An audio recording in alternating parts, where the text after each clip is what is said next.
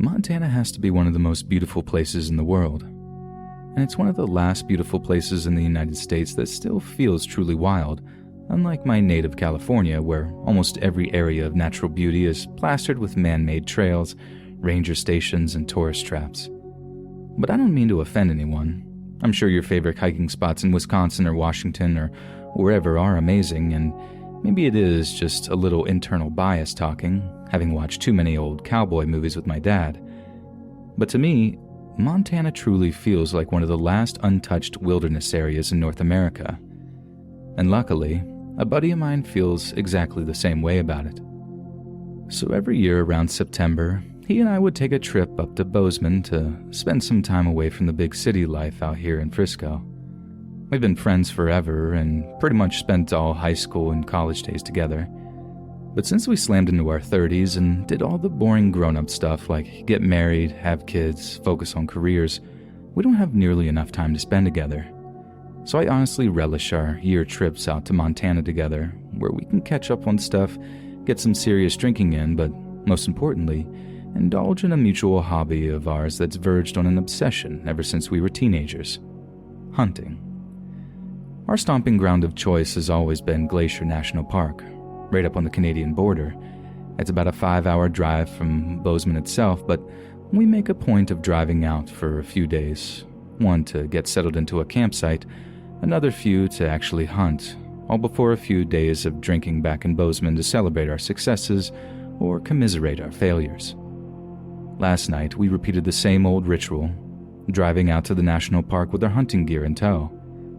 We found a good place to park the truck, hiked a few hours out into the wilderness, and found a decent little spot to set up camp. Every year, we seem to be a little more exhausted when the days end. Call it just a side effect of getting older, I guess. So last year in particular, we passed out pretty early in our one-man tents with the intentions of rising at dawn to begin our day's hunt. 6 a.m. the next morning, the little alarm on my wristwatch starts beeping. It's the closest thing we have to that feeling of Christmas morning when you're a kid. It's just pure excitement, jumping out of bed to see what hunting Santa has left among the trees for us that day. We have a little breakfast, drink a little coffee, then pack up and head out. For those of you that are unfamiliar with hunting or nature in general, there are 2 times in a day when birds sing the loudest: dawn and dusk. It sounds all pretty to us humans, like this wonderful lyrical bird song, but it's actually just pure war cries. What sounds sweet and cute to us is actually like, "I'm here, and if you come up in my tree, I'm gonna mess you up, so back the F off." And it's something that soundtracks every morning hunt, every single time we visited Glacier. But that morning, it was almost silent. We could hear the odd squawk in the distance, but our immediate vicinity was as silent as the grave, and that only means one thing: that a large predator is in the area, something that's on the hunt. I remember the look on my buddy's face when he turned to me and stated that exact thing, how I double-checked that I had my can of bear mace on me just in case anything happened. But that area of Montana right near the Canadian border is known to have wolf packs roaming around, and I shuddered at the thought of what would have happened if we were cornered by one. 2 aging city boys would be run down in an instant. We wouldn't stand a chance. We'd be torn apart and eaten alive right there on the forest floor, probably before we could even get a shot off. Trigger discipline is probably the most important aspect of firearm safety, but I struggle to keep my finger off the trigger of my Remington once I'd racked around into the chamber. The fear was palpable. It felt like something was close, real close. And in woods as dense as the ones we were in, something could be on top of us in just seconds. Then, just another mile or so walking through the near silent forest, we saw it in the distance. A grizzly. And it was huge. I'd never seen one in the flesh before that day, and I was completely overwhelmed by the size of that thing.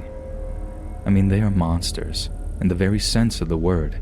Just a flesh tank, a ball of muscle and sinew, perfectly designed to chase down, kill, and shred whatever they take a liking to. We watched it staring back at us, this, doll expression on its face before it sniffed the air a little, catching our scent. We must have looked like frightened little boys, but to the grizzly, we were nothing. This was just another day and we were just another meal, another kill. Business as usual. We just slowly walked on, keeping our eyes on that murder machine the whole time until it was eventually out of sight. We're not dumb. We knew we couldn't just hang around and carry on our hunt with that thing in the area, especially not since it had our scent. So slowly but surely we made our way back to camp with the intention of packing up and moving to a safer area. But God laughs at well-laid plans.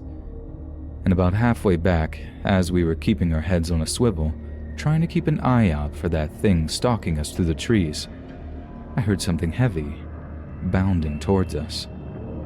I couldn't see it right away, and frankly, the idea that something so huge could just creep up on us like that is something that is just pure nightmare fuel to me. But stalk us it did, and in a moment of pure stomach-churning horror, it knocked my buddy to the ground as easy as a grown man might knock over a child. I mean, it just sent him crashing into the dirt, and it was on him in seconds. How I managed to miss that thing's head with my first shot is something I'll never really understand. I'm an experienced hunter, and I'm a pretty good marksman, but pure panic took over and crippling fear just had me turning to jelly. The feeling of expecting to see my best friend in the world torn apart before me is something I'm never ever going to forget. I'm not military. I've never had any official training, nothing like that. So I didn't even think to work the bolt action and chamber another round. I just went for the bear mace and spraying it right in that thing's eyes as it slashed its claws across my buddy's chest and face, tearing up clothing and flesh alike with deep, gouging strikes. His screams, though, that's what I kept hearing in the quieter moments during the months following that trip. These blood-curdling screams as he thought he was going to die. And not just die, be eaten alive. Watch his own guts be torn from his body and chewed up right there in front of him. But it worked somehow. The bear mace just worked. It immediately stopped clawing at my buddy. It started wrinkling its nose and doing these weird sneezes or coughs. I can't really think of any way to describe it. But what was obvious is that it was in considerable discomfort as the ingredients in the mace went to work on its nose and eyes. Then, as suddenly as it appeared, it took off again, crashing through the trees, smacking into the odd one or two as it obviously struggled to see where it was going. Then it was just a case of checking on my buddy, but Jesus Christ, he was an absolute mess. The bear's claws had torn off chunks of flesh from his face, shoulders, and chest, and blood was everywhere, and I mean everywhere. I was frantic too. I kept alternating between trying to tend to his wounds and looking around to make sure the bear wasn't charging us again. When I think back to it, I can only see certain frames. It's not like a movie in my head, it's like still pictures. Side effect of the adrenaline, I guess. The blood is leaking off of my buddy as I help him to his feet. He was capable of running, but the attack had stunned him and he shook violently as I pulled him up and started dragging him back in the direction of our campsite. I knew the bear mace or bear spray or whatever you want to call it had worked. But for how long I had no idea. And so we ran, as fast as our legs could carry us through trees and over hillocks, until we saw the bright orange fabric of our one-man tents. Another weird memory I have is of my buddy applying his own gauze bandages like he'd think the guy would be in major pain at that point, but he was just running on pure adrenaline. That bear had torn him up real bad, but he couldn't feel a thing. It was just pure survival instinct kicking in. He was a survivor, and he wasn't about to go down easy, and in a twisted kind of way, I was really proud of him.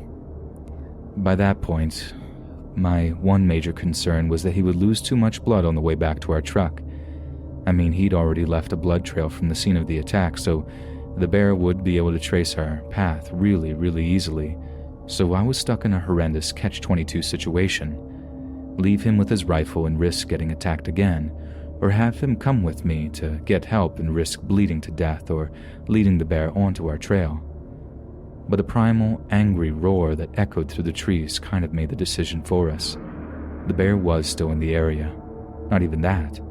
It was close, and it was angry. I wrapped half my buddy's head in gauze, taped a load of it to his chest and we got running again. Almost every step we took, I expected that bear to just appear again.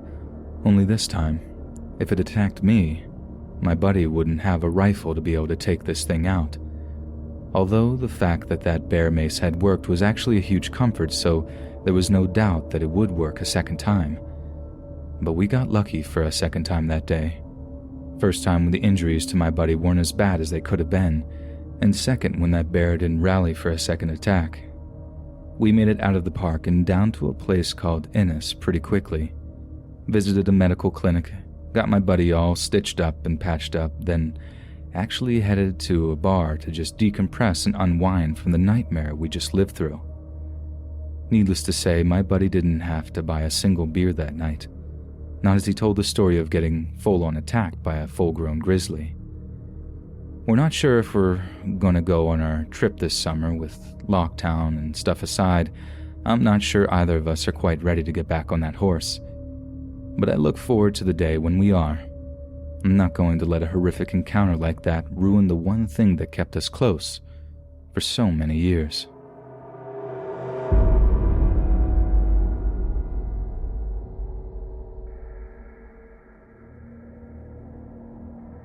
Back in 1999, I used to work as a park ranger over at Yosemite National Park. It wasn't a job I ever really saw myself doing. The fact was that until I busted my knee and had to stop playing football, the NFL was seriously all I ever dreamed of. I was obsessed. It was football in the morning, football in the afternoon, and at night I used to dream about it. But like many young men's dreams, they turned out to be nothing but the stuff of pipes. I needed a job, I needed money, and I needed it fast. So when an uncle told me of an opening up at Yosemite for a park ranger, I jumped at the chance. He told me it was relatively easy work, mostly outdoors, and I could rely on it. As long as there was state funding, as long as there were still trees sprouting out of the ground, I'd always have work. And so there I was, 23 years old, decked out in my park ranger's uniform, hiking through valleys and over hills, popping ibuprofen whenever my knees started to play up. I'd done the job for about 2 years in March of '99, and honestly, I'd grown to love it. Being out there meant being surrounded by nature on a daily basis. I mean, I'd see things weekly that wildlife photographers would give their left nut to document. But I never in my wildest dreams thought I'd encounter the kind of thing I did on March 18th, 1999. It's something that I've thought about almost every single day since. Something I can't ever get out of my mind, and something I don't think I ever will. And it started off a chain of events that I gradually became obsessed with, and that has changed my life forever. I started with a call about a potential forest fire. My boss called and told me a hiker had seen some smoke rising up through the trees up near a place called Long Cabin in Sonora County. I probably don't need to tell you that forest fires can be absolutely devastating to an area like Yosemite and are taken very, very seriously by us park rangers. Now, y'all should know that Long Cabin isn't technically in our jurisdiction. It's actually closer to Stanislaus National Forest, but since there was no one up in that area to go check it out, my boss asked me to go check it out and call in the fire department if it was a serious threat. We get a good number of calls like this, and more often than not, it's just a family whose barbecue had gotten out of hand or kids whose campfire is a little too big. So I agree to drive up there to check it out, as it was only a couple of hours' drive there and back. So after about an hour's drive, I arrive at Long Barn and I can see some black smoke rising up through the trees in the distance. This is unusual, as black smoke means it's not just burning wood, it's more like plastic or artificial fabrics, and it definitely just wasn't wood burning. This is kind of a relief at first. It meant it wasn't an outright forest fire, but it did mean someone was burning something that was definitely not good for the environment. I park up as close as I can to the source of smoke, then hike off through the trees, basically just following my nose as the smell of the burning plastics gets stronger and stronger. Then I see it. A burned-out car abandoned among the trees, still kind of smoldering. But I guess the fire had been set at night and had mostly burned through before I got the call about it. My first thought was joyriders. Something as simple as car thieves that had bust into someone's vehicle, tore it up and down the quiet country roads up here, then just abandoned it and set it alight to cover up any evidence. Again, this is a pretty unusual crime out here in the sticks, and you can forgive me for associating that sort of wanton mischief with more urban areas. But then I started to smell something else among the smoke. Something more like burning meat. I'm a huge barbecue guy myself, and I know what it smells like when you leave something on the grill for too long. Like that acrid, charred stench that I know is going to lead to disappointment because I've messed up on some expensive T-bone or whatever. Only, you're definitely not supposed to smell that coming off of a burning car, are you? And as you can imagine, I started to feel very, very uneasy about the whole thing. I circled the burned-out vehicle, looking for signs of animal carcasses or, God forbid, human bodies that were in or around the vehicle, but saw nothing. I even checked under the car, but again, didn't see a thing. I pulled out my phone to get in touch with the Sonora County Sheriff, who said he'd send over a couple of guys to check the scene out within the next hour or so, but who also asked me to stick around so I could guide them in and show them exactly where the vehicle was. So, given the fact that I had an hour or two to kill waiting for them, I went into the trunk of my truck, pulled out the little fire extinguishers stored back there, and proceeded to put out the few small fires still burning in and around the vehicle. I do so pretty effectively, but when I'm done, I notice that there's still something smoldering in the trunk. Smoke keeps seeping out of the cracks, and the more it does, the more I can smell that burning meat smell. And that's when it really hit me. Something or someone was in that trunk, and that's where the smell was coming from. Waiting for those sheriff deputies seemed like it took an eternity, mainly because when they got there I knew they'd be able to open that trunk and I really didn't want to see what was inside. So they get there, I tell them what I suspect has happened and what I suspect is in that trunk. One of the guys uses a crowbar to wrench the trunk open, which was pretty easy considering the fire had warped the metal locks, keeping it closed. But what we saw inside is something I saw over and over again in my nightmares for many nights to come. It was a mess of blackened, burned flesh and contorted limbs. The sight of it alone caused me to gag and retch, puking up my breakfast onto the forest floor. Even those deputies, hardened by years of witnessing violence and cruelty on a daily basis, had a hard time dealing with what they were seeing. One just leaned against a tree, mouth covered with a cloth rag he kept on him, probably for this exact reason, while the other called into the coroner to deal with the dead bodies. They told me I could make a move back to Yosemite whenever I was ready, and boy was I ready. I got out of there as soon as I was able to. From what I understand, the sheriff's deputies soon discovered that the two scorched bodies in the trunk of that burned-out vehicle were those of Carol Sund and Silvina Peloso. The two women, along with Carol Sund's young daughter Julie, had been missing since the previous February, when they were last sighted alive and well at the Cedar Lodge near Yosemite National Park. It was actually one of my colleagues over at the park that had been the last person to see them alive, and the whole thing had drawn national attention, landing them on the cover of People magazine when some journalist took an interest in the story. And I mean, it was a really interesting story, albeit a very morbid one. Carol Sund's wallet had been found on a street in downtown Modesto, California, 3 days after they had disappeared, and Julie Sund's body was found dumped in a heavy underbrush by an overlook at the Don Pedro Reservoir, several miles from the logging trail where the car had been found. Her throat had been slit from ear to ear. Local sheriffs and the FBI initially focused their investigation on a group of meth heads up in Northern California who had previous convictions for stalking and assaulting lone groups of women. But all those leads were abandoned when a break in that case cast light on another suspect, because the story doesn't end here. In fact, it got even worse for all of us that worked up in Yosemite. One of the staff members at the Yosemite Institute was a young woman named Joy Ruth Armstrong. Joy was friendly, bubbly, and just generally a great person to be around. I'd only ever met her once or twice in my time as a park ranger, but I could see why she was a popular member of the team. She loved nature and she loved her job, even more passionately than most others on her staff. But in July of that same year, 1999, Joy had made plans to spend a weekend visiting friends down in Sausalito.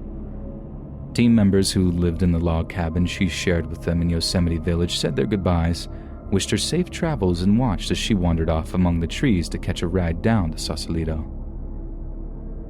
But a few days later, when she was due to return to the village, she didn't show up.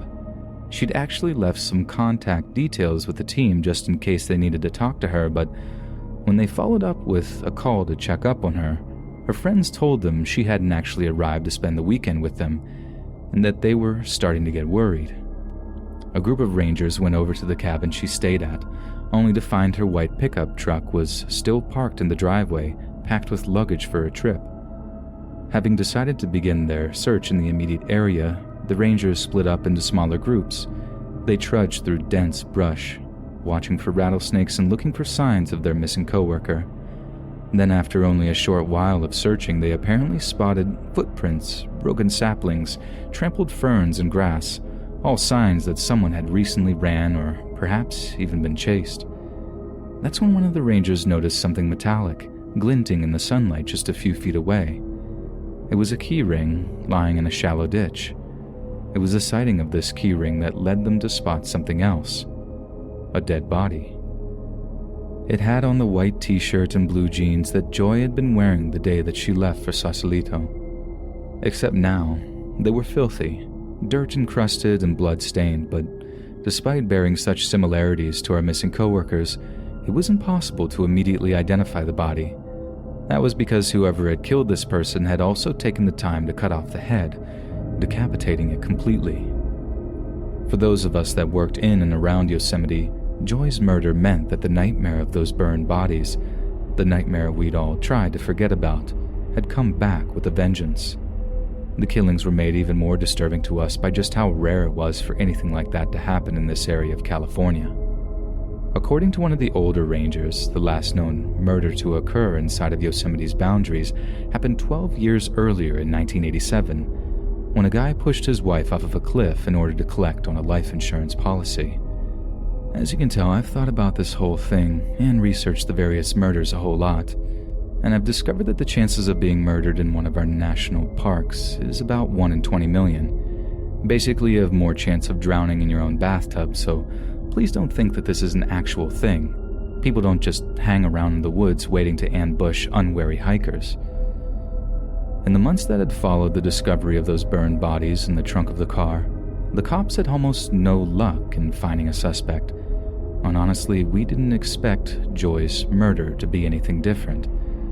But unbelievably, in the immediate aftermath of her killing, local authorities got lucky thanks to a witness statement given by one of our coworkers.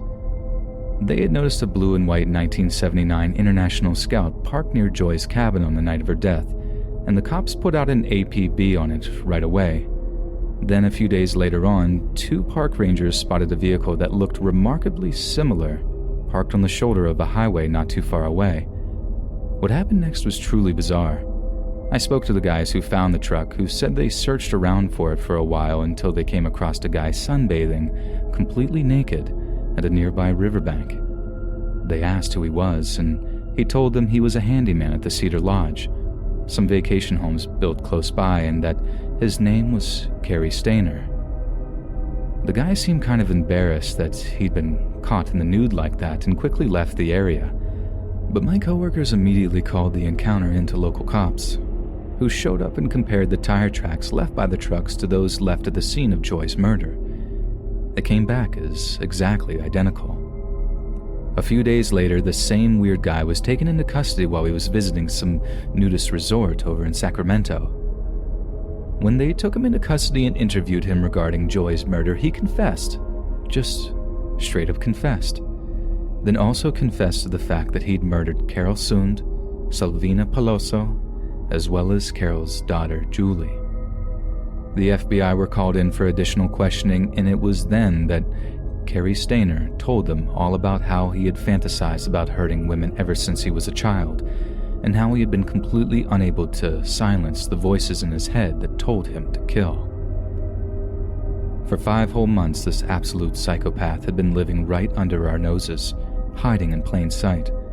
He'd been chilling up at Cedar Lodge, doing his job, and eyeing up potential victims under the pretense of being a friendly, albeit a little kooky, local handyman. From what I can gather, no one had suspected him of having anything to do with the disappearances of Sunda Peloso because he also just seemed way too nice, too much of a regular dude. That and the Stainer family name had been in the news before, for a reason that led investigators to believe that there was no way that Carrie had it in him to do something so terrible. You see, many years before, when Carrie was just 11 years old, his younger brother, 7-year-old Stephen, disappeared without a trace one afternoon while walking home from school on his own. This devastated the family, causing a huge rift between Carrie and his dad. Eventually, Stephen escaped captivity after 7 long years as the slave of Kenneth Parnell, a convicted child abuser and former employee of the Yosemite Lodge inside the national park. He became a celebrity of sorts. There was national newspaper and television coverage, as well as a book and a TV miniseries chronicling his years of abuse. Whether or not that whole thing shaped Carrie into the violent psychopath he eventually became is something I don't think anyone will be able to properly determine. But shortly after, Carrie began to claim he'd seen Bigfoot. Yes, the ape man thing that's said to inhabit the woods of the Pacific Northwest. He was well on his way to being completely detached from reality. At his trial in 2002, Carrie Stainer pled not guilty by reason of insanity.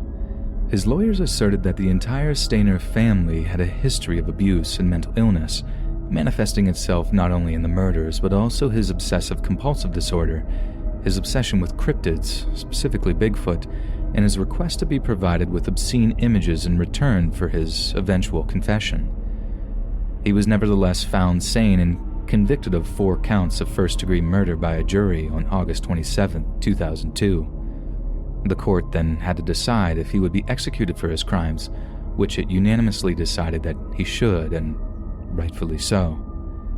Stainer remains on death row as of September 2019. But problems with California death penalty laws are frustrating the process, and it's becoming increasingly unlikely that Carrie will suffer the same fate as his many victims. I know this was an overly long post, but as I'm sure you can all understand, this is something I've been quite frankly obsessed about since the discovery of those burned bodies affecting me, most personally. I'm actually considering writing a book about the whole thing and my experiences living and working in the places that most of these crimes occurred. If I can't ever get these things out of my head, why not try to turn the whole thing into a kind of therapy, turn it into something that others can enjoy, and maybe something I can make a few bucks out of, even if that does make me feel like a freaking vampire, profiting off of other people's misery. Maybe let me know in the comments section, but regardless, I hope you enjoyed reading this, and maybe, just maybe, it'll help keep you safe in a world where people are out there with the worst compulsions imaginable, driving them to kill.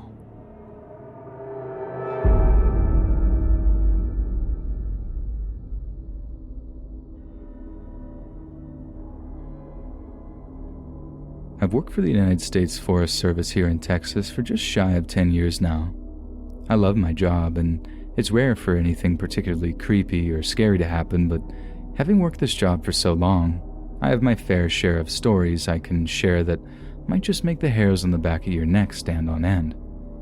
For example, we sometimes get jaguars hunting in the forest here, a particularly scary big cat, and that's because what they do with their prey once they're caught and subdued. So, just picture the scene. You're walking through the trees on some bright sunny day when all of a sudden you start to smell something rotten. You look around, but there's nothing to be seen, just the picturesque view of the pines and the sound of birdsong floating through the green. Then something hits the top of your head, something wet. You place a hand on the top of your head, feeling something cold and slimy dribbling through your hair. You bring your hand down to see what it is. It's not bird poop. It's something way worse. It's blood. You look up, and hanging up in a tree just feet above your head is a mutilated, half-eaten corpse of an animal. Guts torn out, skin shredded, face half-eaten with hooves or paws missing. with broken pieces of bone protruding from cracked limbs. It seems an utterly bizarre thing to do, but the jaguar has a good reason for doing all this heavy lifting. If a jaguar doesn't bother to hoist its kill into the tree, it risks losing its meal to other more ground-based predators or scavengers. Creepy, yeah, but that kind of natural world stuff is nothing compared to some of the other stuff that I've encountered during my time in the Forest Service. So this other time I'm on a routine walk through some of the trails to make sure all the directional signs and information markers for tourists are all in order.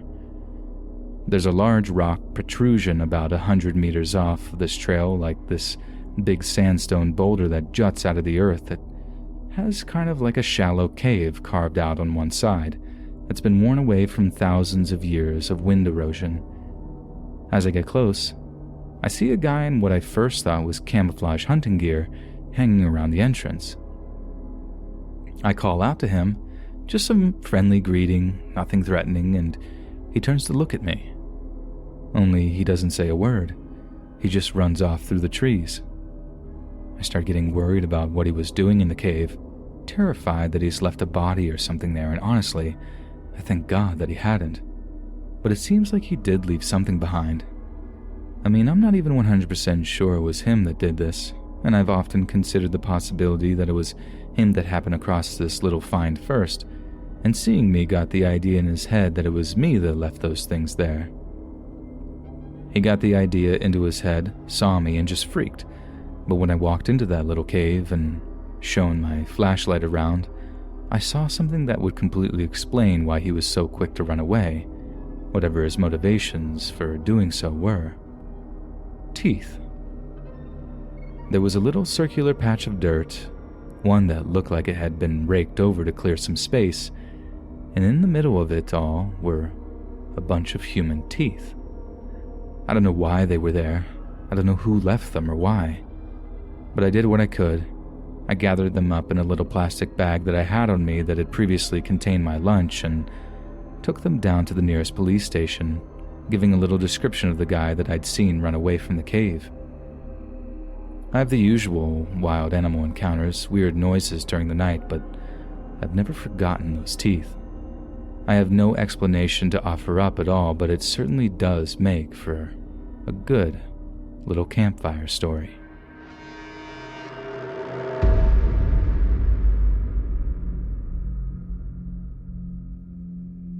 I won't tell you who I am. I can't tell you where this happened, and I can't tell you when this happened. I got death threats for months after this, and I had to quit. I had to move. I had to change my entire identity to stop people from finding me.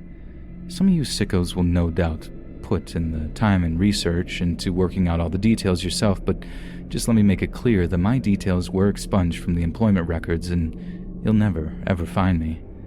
And so, I can make my confession in peace.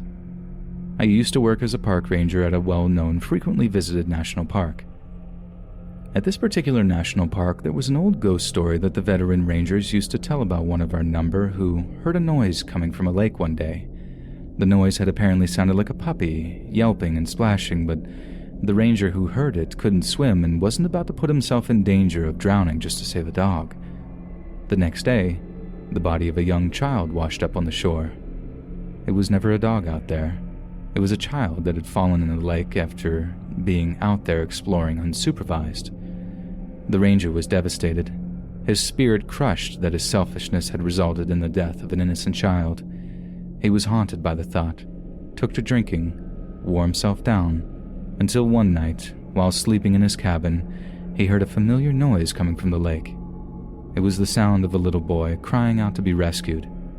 He ran to the lakeside, dived into the water, and struggled his way into the center of the body of water until he reached the site of the splashing. But there he only saw the smiling, bloated corpse of that same little boy, who dragged him beneath the lake and drowned him, just as he had. That's the way the story went, and to be honest, I thought it was the biggest load of bull I'd ever heard in my life. I told the crusty old-timers that same thing, that I'd have to be of diminished capacity to believe a crock of nonsense like that. But instead of laughing or whatever, like, okay, maybe this guy isn't as dumb as we first thought, they got pretty angry about it. They told me not to disrespect the angry spirits of the departed. But then it was my turn to laugh. I could tell the difference between them getting annoyed over me disrespecting the dead or whatever, and them getting annoyed over me just disrespecting their dumb stories. The following week, I found I'd had my shift pattern switched to nights. I confronted them about it, told them I was not impressed that they were that immature as to switch my shifts up, but they insisted that it was only cover for a guy whose mom had taken ill and been forced to drive back to his home state in order to care for her. I didn't believe a word at first, and I was just straight up angry at that point, angry that a pair of grown men would lie about something like that, basically just gaslighting me. But I didn't want to show them how frustrated I was. I'd just take it on the chin, so to speak, and not give them the satisfaction. So the first night I'm there in the lakeside cabin, I'm settling in to prepare for a long night of utter boredom, brewing coffee and playing dumb mobile games when I hear something from outside the cabin. I put down my phone, get up and walk over to the door to open it so I can listen out for what it is.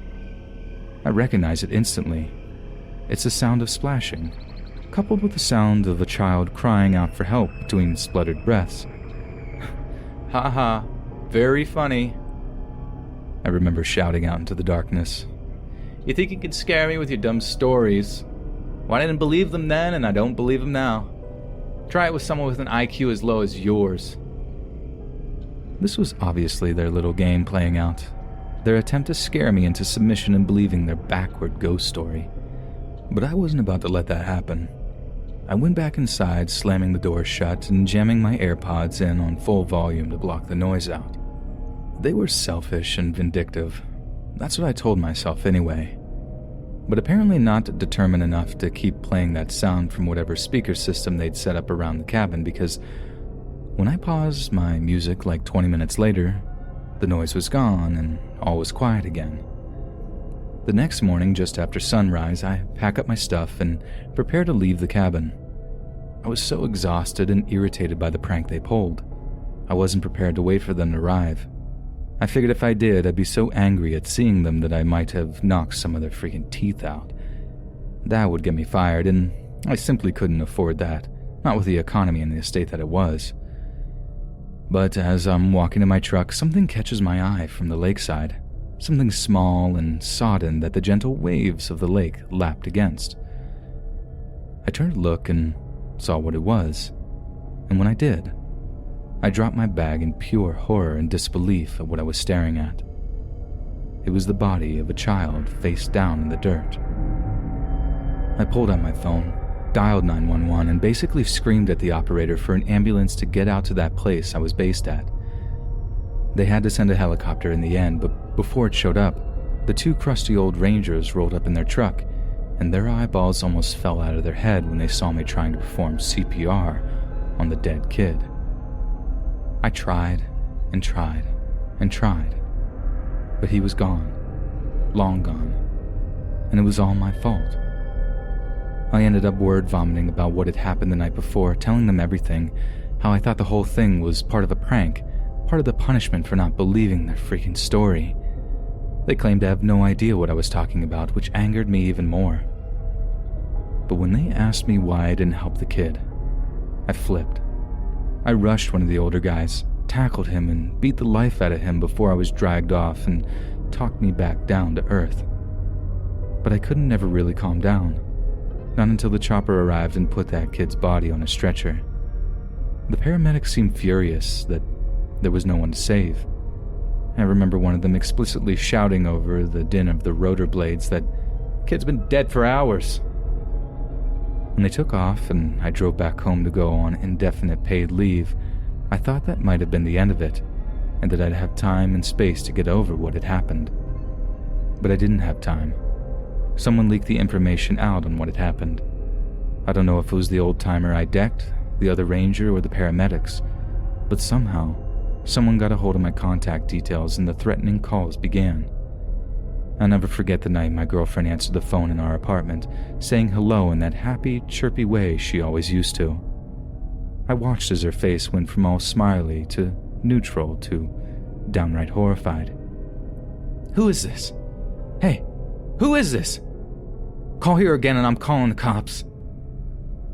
It was the first time of many death threats, the first of many, many calls and handwritten letters and emails that told me I was an awful person, that I didn't deserve to live, that I was dead to the world the night I let that poor innocent young boy drown in that lake. When his lungs filled with water and the death spasms racked his body, he wasn't the only one to die, as I died too. Needless to say, she wasn't my girlfriend for much longer, and I don't even blame her. There aren't many people who can handle that kind of abuse, and I only got through it by myself, by the skin of my teeth. And so that led me to where I am today. I live alone in a state far, far away from the national park where I allowed a child to drown. I illegally changed my name, changed my entire look so no one from my old life would be able to recognize me. I went through an intense period of transformation, and the old me is a ghost, as good as dead and dust in the wind. I thought that this would be therapeutic to write out. I just hope that no one will ever find me. No one.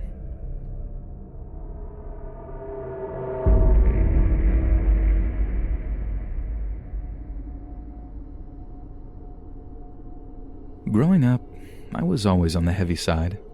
I suppose it's because I come from a family of food lovers whose portion control was never their strongest suit. It was all TV dinners and sedentary hobbies, so it's no wonder we were all of a certain size and shape. But it always bothered me. I'd see the attention skinnier girls got around school, and I know it doesn't align with my mostly feminist view of the world, but I wanted that to be me too. So a few years back, I started my own personal weight loss journey. Not so much so I could fit society's view of what beautiful is, but so that I could have confidence in myself and in my own body. I wanted to look good for me, and if that helped me land a hot guy, then cool. This is how I ended up taking up hiking as a hobby and why I spend so much time around Acadia National Park up here in Maine. The views up there also allowed me to indulge another hobby of mine, photography. And sure, my pictures don't make it any further than my Instagram account, but still, it's something that brings me a lot of joy. Sometimes I drive up there with friends, but they couldn't commit to those long trips all the time, so there were times when I'd have to go up to Acadia alone in order to get my few hours exercise in. So I'm hiking the trails up there, taking pictures of the way the sun glinted off the ocean through the trees, messing around with filters, the usual photography stuff. I thought I managed to get this one amazing shot, something that was bound to get a whole bunch of attention on Instagram, when I hear a voice sounding from behind me. "Lovely day for it, huh?" It was a man's voice. Friendly sounding, but still the shock of hearing it so suddenly made me jump. I turned, seeing a man in a park ranger's uniform. The hat, the little shorts, the whole getup, walking up the trail behind me with one of those trekking poles in his hand. "Oh, yeah. Gotta make the most of the nice weather here in Maine. It's super rare." I try to sound as cheerful as possible, but I won't lie. I didn't really want the attention. At least, not from an older guy like that who'd also managed to ruin the composition of the photograph I was in the process of taking. I know that makes me sound unfriendly or whatever, but honestly, sometimes us girls just prefer to be left alone. But he continued to make conversation in that super annoying way that some people do. It's like they can't detect that you just want to have some time to yourself and opt for being gregarious. So I remained polite for as long as I could, nodding along as he talked about how lonely it could get being a park ranger up here, then eventually just straight up asked him politely to leave me to my photography, making something up about being a professional photographer who was surveying the area for a magazine I worked for. I know, I shouldn't have lied, but I got the distinct impression he wasn't going to leave me alone otherwise. But he took it on the chin. I suppose he got the craving for human contact out of his system. He told me he was so sorry to interrupt, wished me luck with my work, then carried on down the trail. So I take my photos, taking my time over them, but decided to turn back and walk the opposite way so I don't run into him again. I didn't think he was creepy or anything, I just didn't want to have that awkward moment of running into that guy again and being like, "Oh, hi again."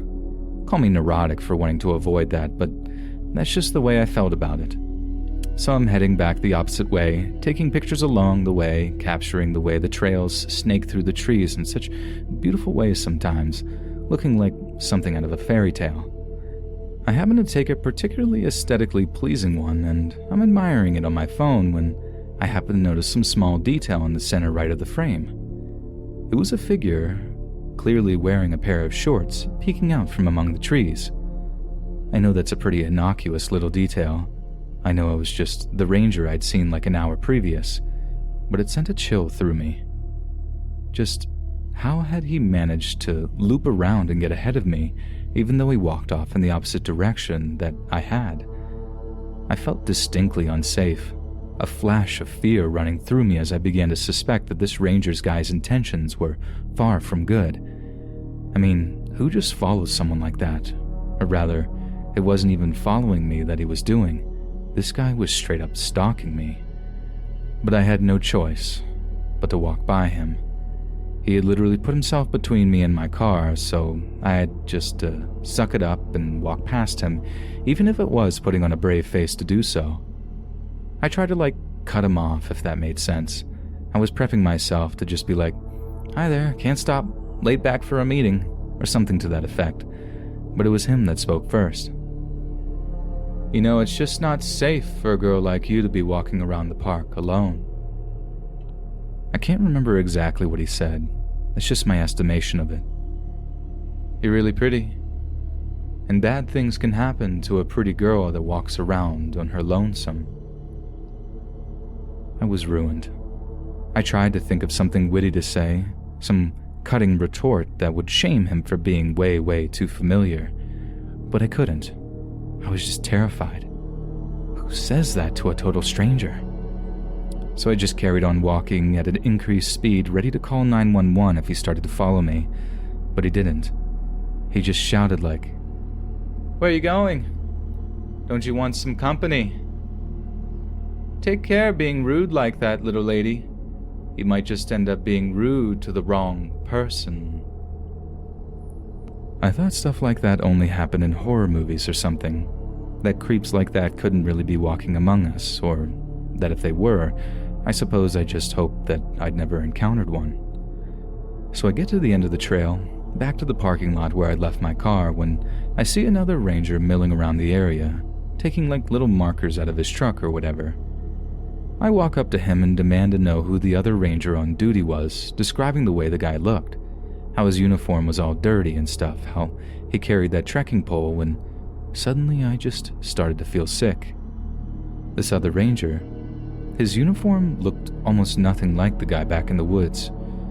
It was clean, pressed, and starched, a lighter khaki color with different styles of patches on it.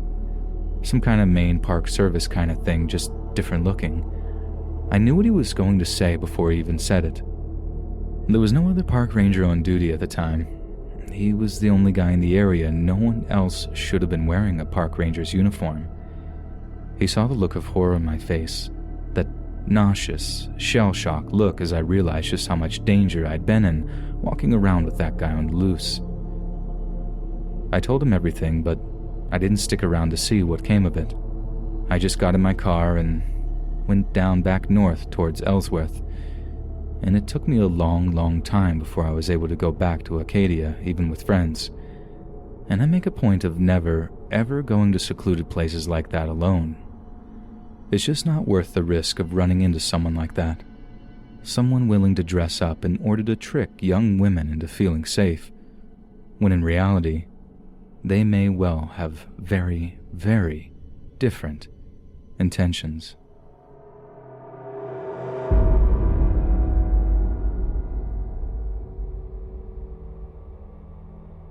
So this is a true story about one of the more real-life threatening moments I've experienced.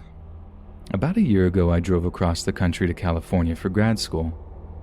Total, the trip was about 2,800 miles, taking me across the middle of the country. I had two other options: to drive the northern route through Colorado or the southern way through Alabama and South Texas. Although this was probably the most boring way, it was the fastest by about 6 hours, and the entire trip took about 4.5 days. I had recently been through a tough breakup, and things back home all around weren't going great for me since undergrad, so that played into my decision to move to California. I really enjoyed the drive itself.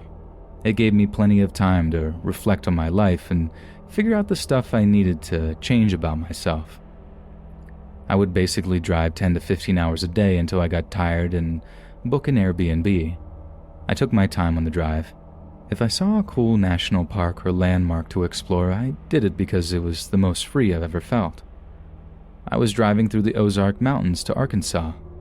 I'd never watched the show, but figured it would be a cool place to explore. I was making good time on the drive, so I took a 30-minute detour and followed the GPS on my phone to the center of the national park. I drove through a quaint town, past a junkyard filled with old rusted vehicles, and down a stretch of road that was covered in tall spruce trees. Eventually I lost service, but that was fine because I figured it was still a relatively frequented spot for outdoor junkies. I reached a gravel turnout marked with a wooden sign where people could take small boats to launch. I parked, locked my car, and grabbed my knife, some water, and hammock, hoping to find a cool spot by the river to get a peaceful rest. I found 2 trees with the perfect distance and set up my hammock, drifting off into a light sleep for about 30 minutes. When I decided it was time to go, I rolled my hammock into its case and put my large knife and water into the drawstring bag I carry them in. I should add that I carry the knife whenever I go hiking because I'm a paranoid person that's seen too many movies. I grew up hunting and fishing and wrestled in college, so normally I feel fairly safe by my own. As I walked up from the riverbank, I noticed a black SUV had parked and a young couple was standing behind it with the back hatch open. The guy was setting up a fishing pole and the girl was standing there just watching. I noticed a medium-sized black dog with medium-length hair. It looked like a lab mixed with maybe a German shepherd. My family has always had large dogs, and this one looked friendly, so the thought didn't cross my mind that maybe it wasn't. As I got closer to their car, which was parked by mine, the dog noticed me and started trotting towards me. As it got within 5 feet, I stuck my palm out for it to sniff. I don't know if it felt like I was a threat to the couple or what, but it instantly started barking and growling, running from its owner and back to me. As it did this, the girl just looked at it saying nothing, and the guy just kept messing with the fishing line. After a few times of running back and forth, the dog charged at me and I started backpedaling and yelling at it. This seemed to scare it off a little, but it kept charging and lunging at me, biting me through shorts on my mid-thigh, breaking the skin. Thankfully, it didn't hold on or shake, but I could immediately see blood running down my leg. I had no idea what to do, and I felt terrified and also intense anger towards the couple for not calling the dog off. The guy was still playing with his fishing pole while the girl looked on with an expressionless face. After the dog bit me, it continued to do its charging back and forth. As it ran back to them, I quickly opened my drawstring and fumbled with my knife. It was a large 10-inch blade in a black sheath. I drew it and yelled out to the couple that I would use it if I had to. Out of all the things I could have yelled to make myself seem tough, I just said, "Please get your dog." I guess it was all my mind could process at the time. Finally, the guy looked up and called his dog back and held it by the collar, allowing me to get in my car. I did so as quickly as possible, no one saying a word to each other. As I drove off, the adrenaline wore off, and what replaced it was pure anger. My brain was telling me that I should go back and confront the couple for being so careless about their dog viciously attacking another person. However, the logical side told me to keep driving and not look back. I know this might not seem like that big of a deal and could have been a lot worse, but imagine being 1,000 miles away from home in the remote Arkansas wilderness with no phone service. I assessed the damage once I found a safe place to pull off the road and after I regained service. Luckily, the puncture wounds weren't very deep, and I had a medical kit in my trunk from when I was a lifeguard. I dressed it with rubbing alcohol and cotton gauze and drove off. Looking back, I should have called the police or animal control because the dog could have had rabies. I really didn't even think about it at the time. I guess I was just still too shaken up. If I ever drive through Arkansas again, I'll make sure to never, ever go hiking again.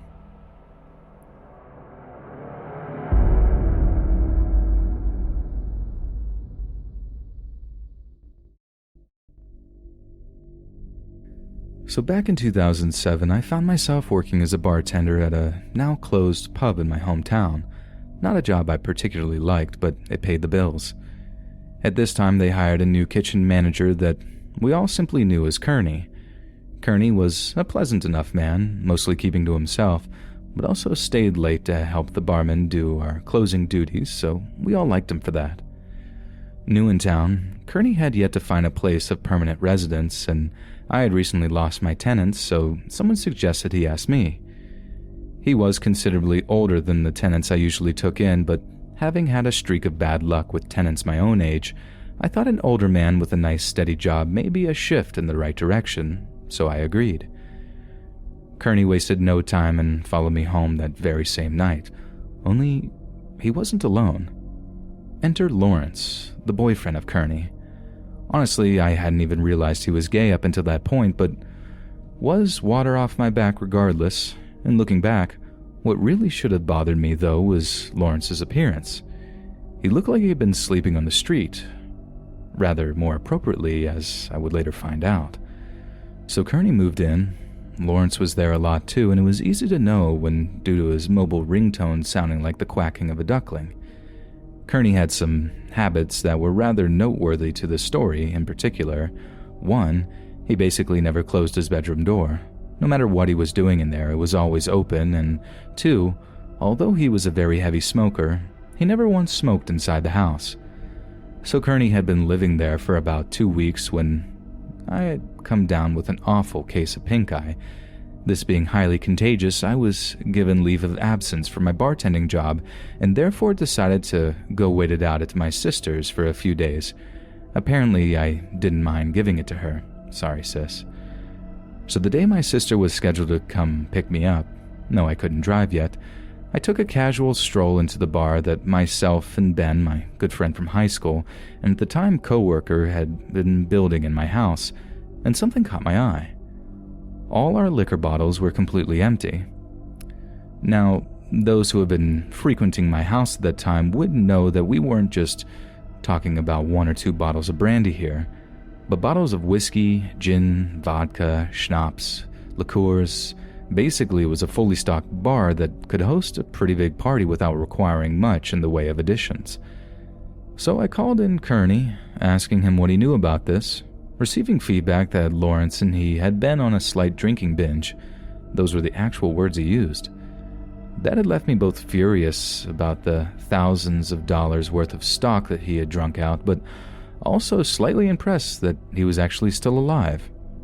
Regardless, I said that I will be dealing with this upon my return. So I'm with my sister for a few days, and on Friday I get a call from my local police department asking me if I know a Conrad Schultz. Ironically enough, I didn't. They finally add that I will probably know him as Kearney, and that I should probably come down to the station as they had just arrested his boyfriend trying to sell my camera equipment. So my sister rushes me back home where all my camera equipment was on display at the police station. It's on this visit that I'm informed that Lawrence was actually a Navy SEAL who got dishonorably discharged before turning to a life of crime and now had a rap sheet the length of the Bible. The kicker was that both he and Kearney were actually homeless men who had met at the Salvation Army. So Lawrence is in jail, and my sister drops me off at home, more or less the same time that Kearney gets home as well. Based on Kearney's account of what had happened, he had turned Lawrence in himself as he couldn't allow Lawrence to do to me what he was trying to do. Although I had appreciated his sacrifice, I still told Kearney that he would have to go, having been the overall cause of all this. However, not wanting to leave the homeless man, well, homeless, I gave him until the end of the month to make other arrangements. So Monday comes, and having just completed staff meeting, I walk home to encounter a very much free Lawrence sitting on the sidewalk across my house, watching it. I confront Lawrence as to why he's there, and he tries to apologize before begging for money, rather out of character really. I dismissed him without giving him a cent.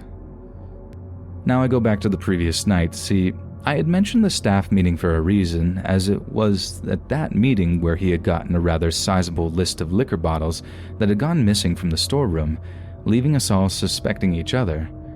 I, however, would not have to wait long to figure out who the real culprit was, as a few days later, I opened the garbage bin in my kitchen to see the missing bottles, all empty and staring back at me.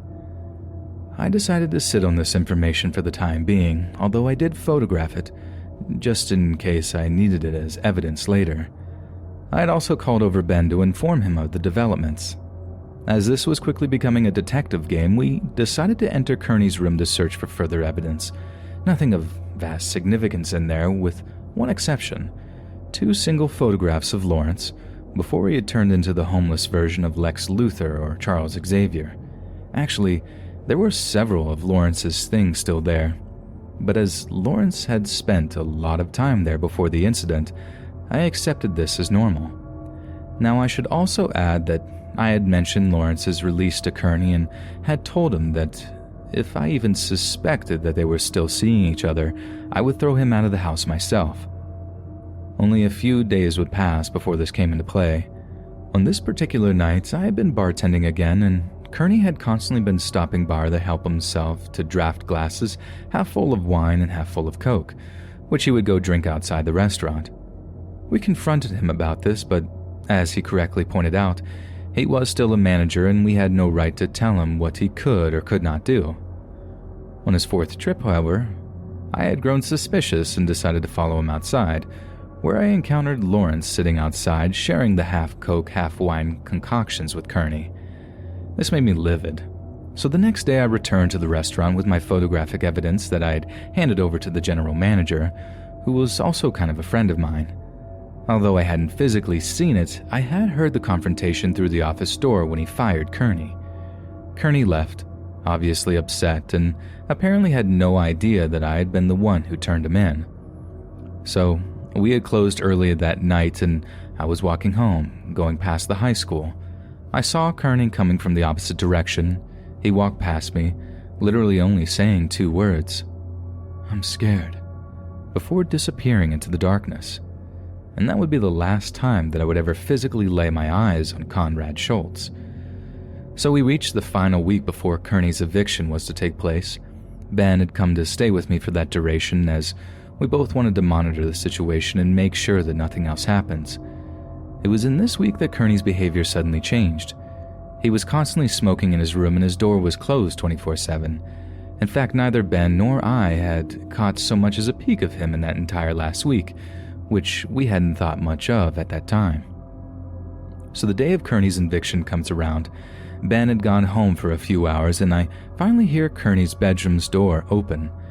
Someone walks out of the room, opens the front door and leaves. I follow him outside, but somehow he had already completely disappeared.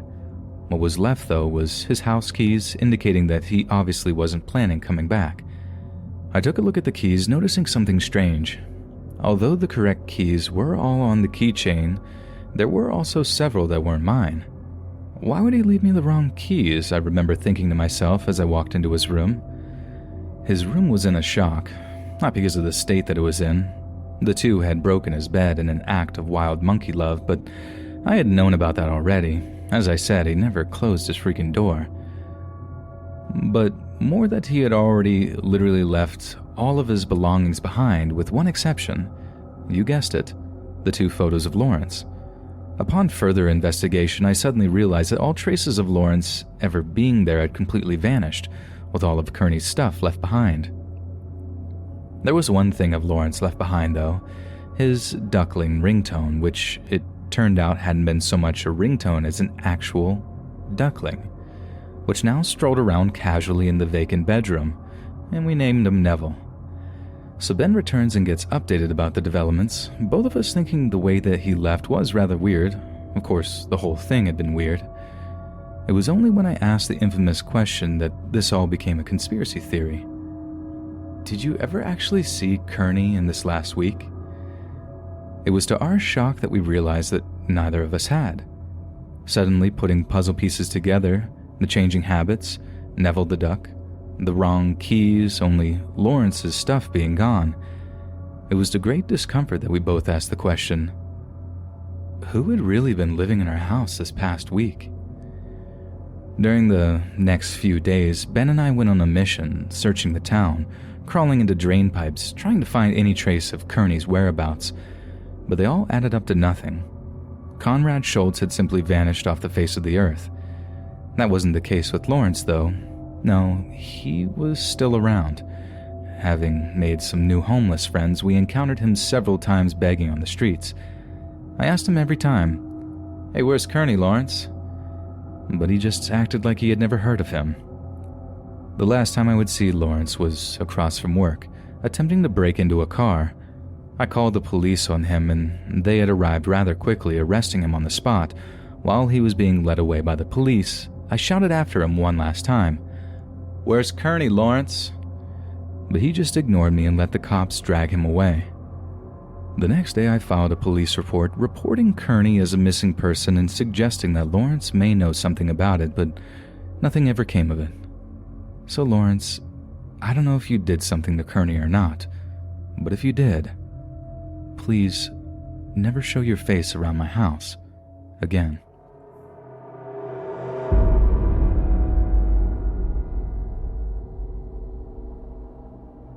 It was a long time ago, before cell phones were prevalent, and I was a mom in my early 30s who had just driven our kids to the pediatrician. The Macon, Georgia doctor's office was an hour away from our home, and I was just taking the two youngest of my three, then ages 1 and 3 years old, to our scheduled appointment. Because we lived so far away, their office always gave us the last 2 appointments of the day, and we were grateful. The doctor had just built a new building off of a fresh spur of the highway, so the location was quite isolated in every direction, but a very nice facility compared to his old spot by the hospital there. His new building was also pretty far back on the new lot, and my car, a black Jeep Cherokee that we had owned for 2 years, was one of only 4 or 5 cars in the parking lot when we got there. I parked near the front door, removed the kids from their car seats, and for the next hour or so we waited, then saw the doctor, paid, and finally exited back outside. Mine was the only car left in the lot as I loaded the children in their car seats for our trip home, but as the receptionist locked the front glass doors, my car somehow wouldn't start when I turned the key. There was just an odd clicking noise. Gathering the children once again, I knocked on the door until someone allowed us back in and asked to borrow their phone to call a nearby garage for service. I found one in the phone book, and the man said that he would come, but that it might be a bit, so I told him my location, left to go back out to the car, rolled down all the windows, and loaded the children back into their seats once more as we waited. Soon we watched as all the lights were turned out in the building again and everyone left, the cars departing one by one from behind the building somewhere, leaving us now completely alone in the parking lot. As it was still light, I spent a lot of that time trying to tend to the children, digging through our car for snacks and a bottle, making sure that they weren't getting too hot, etc. Although the service station attendant said that it was probably going to be quite a while, I was pleasantly surprised when a truck pulled into the empty parking lot pretty soon and a man got out of his pickup, smiled and nodded to me, and said that he was going to raise the hood. He was middle-aged and a bit scruffy, but quite frankly, many gas station attendants sometimes look that way, especially at the end of the day, and I was grateful when he began doing something under the hood almost immediately. I sat down again in the driver's seat with the door open, waiting for him to tell me to try the engine, but he seemed to be taking a long time checking the connections, and I longed for him to just grab jumper cables, yet he never did. Without getting out of the car, I asked him what he thought was wrong, and he said, "Oh, it's just a loose wire, not the battery," and continued doing whatever it was he was doing. I couldn't see his face at all from where I was sitting, and his hands were slightly visible through that long, horizontal slit between the windshield and the raised hood as we waited. More than once he said it was merely a loose wire, and if I would just come up here really quick, he could show me which one it was, so it would never happen again. I remember kind of smiling and shaking my head, saying that sadly there was no reason to show me anything as I didn't know anything about cars. I just thanked him and continued to stay in the driver's seat, again just waiting for the inevitable signal to try to start the ignition that was most surely coming any moment. At one point I remember thinking that he was definitely flirting as he spoke, but I was trying above all to be polite and kind as he was indeed helping us. We were hot and tired and miserable, and truthfully, I was distracted with the kids. Oddly enough, he was starting to sound a little frustrated with me because I wouldn't come up and look at the engine. I remember thinking that I certainly didn't want to make him mad where he left us there all alone with the sun sinking so quickly. And then the strangest thing happened. Another truck suddenly pulled into that desolate parking lot. And as it did, this nice guy working underneath my hood suddenly slammed it shut, ran to his truck, started it, and drove away very quickly without even saying a word of goodbye. I was both confused and a little anxious when he did this because I didn't know who was now arriving. I even remember feeling a little frightened that he had suddenly left me there alone with two little ones defenseless. Why wouldn't he at least stay and speak to whoever was parking next to me now? It certainly seemed the southerly gentleman thing to do. I looked around and was very aware once again that there were no visible cars on the road, no homes or businesses nearby, and the sun was continuing to set quickly. As this new, also unmarked pickup pulled in next to me, I got out of the car once again, this time more apprehensively. Upon exiting, though, he immediately introduced himself, and his name and voice seemed to match who I had spoken to on the phone much earlier. He then actually called me by name, apologized for being so late, and finally smiled and stared towards the road, pointing and asking who the man was that had just left so suddenly. Relieved and unfazed, I just smiled back in surprise and told him, "Well, I don't know. I thought all this time he was you." And we both laughed slightly as he then grabbed jumper cables, walked to the front of my car, raised the hood, and started to work. I immediately sat back in the driver's seat once more, suddenly grateful that, with luck, that air conditioner would be blowing full blast shortly, and once again checking the children. While listening for the familiar words, "try it," I had my back completely turned towards the children when he surprised me by suddenly coming to the driver's side door. In the strangest voice, he said, "Ma'am, is this yours?" And when I looked into his hands, he was holding a long, thin, dagger-like looking device that was about 1.5 feet in length.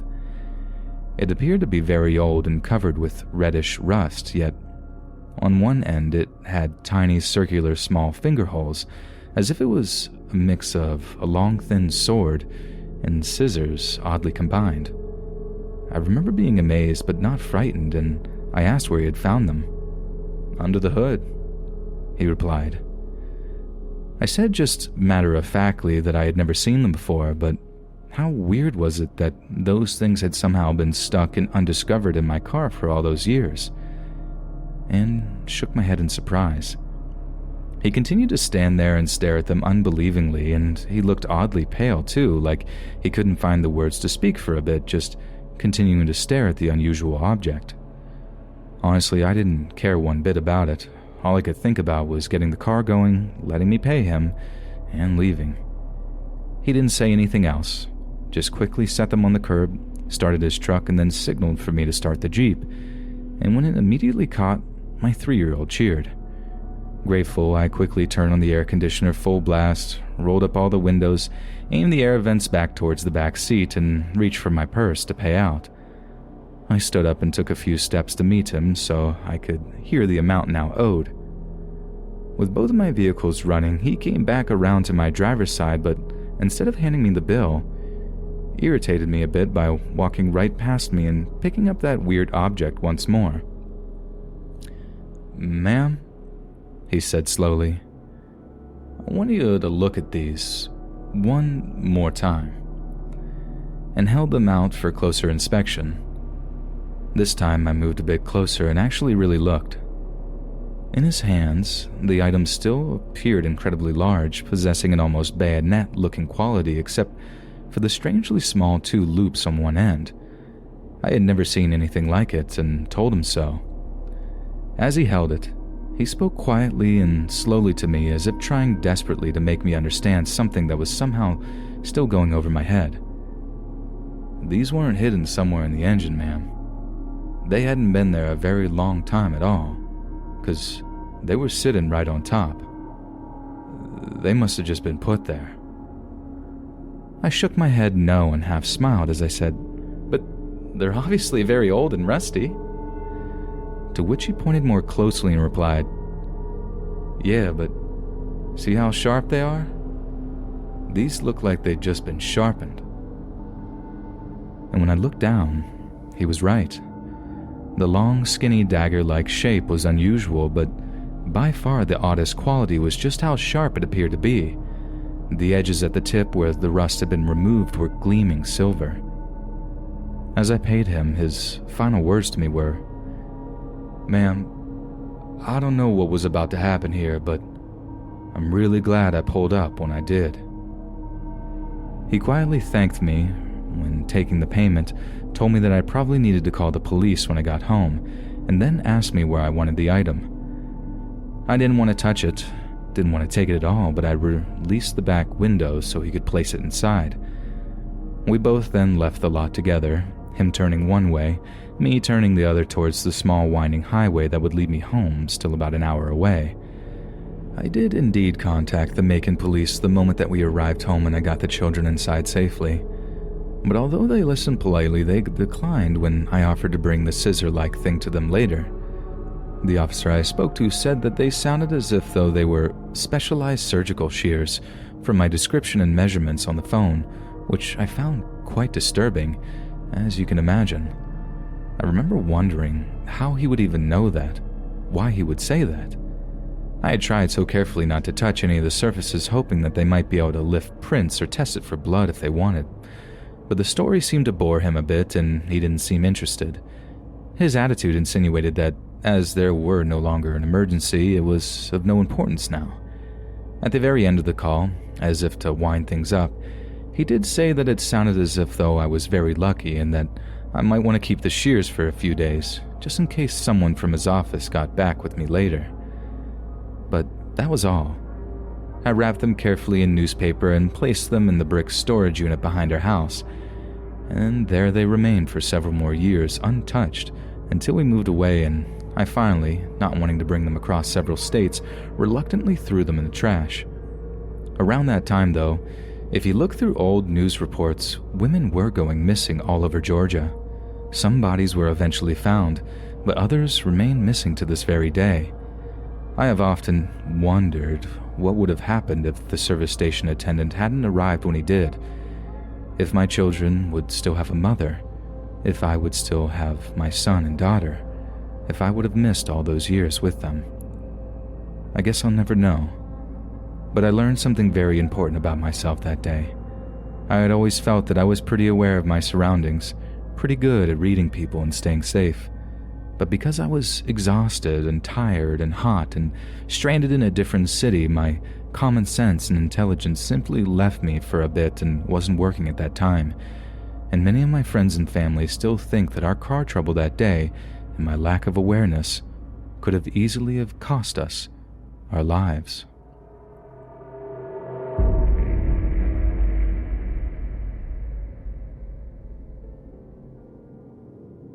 To set the scene, I'm an average height, average size 20-year-old female.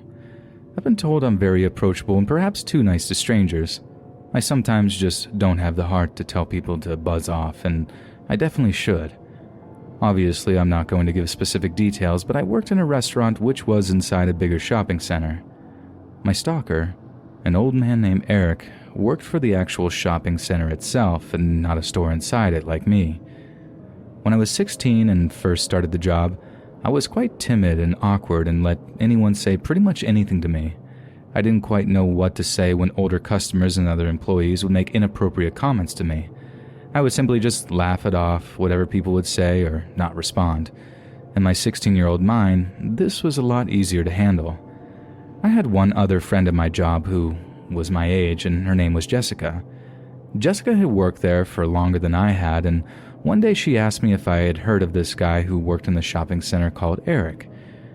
Jessica described Eric as very strange and didn't describe him as frightening or unsettling, or even someone to be afraid of, just as a very eccentric man.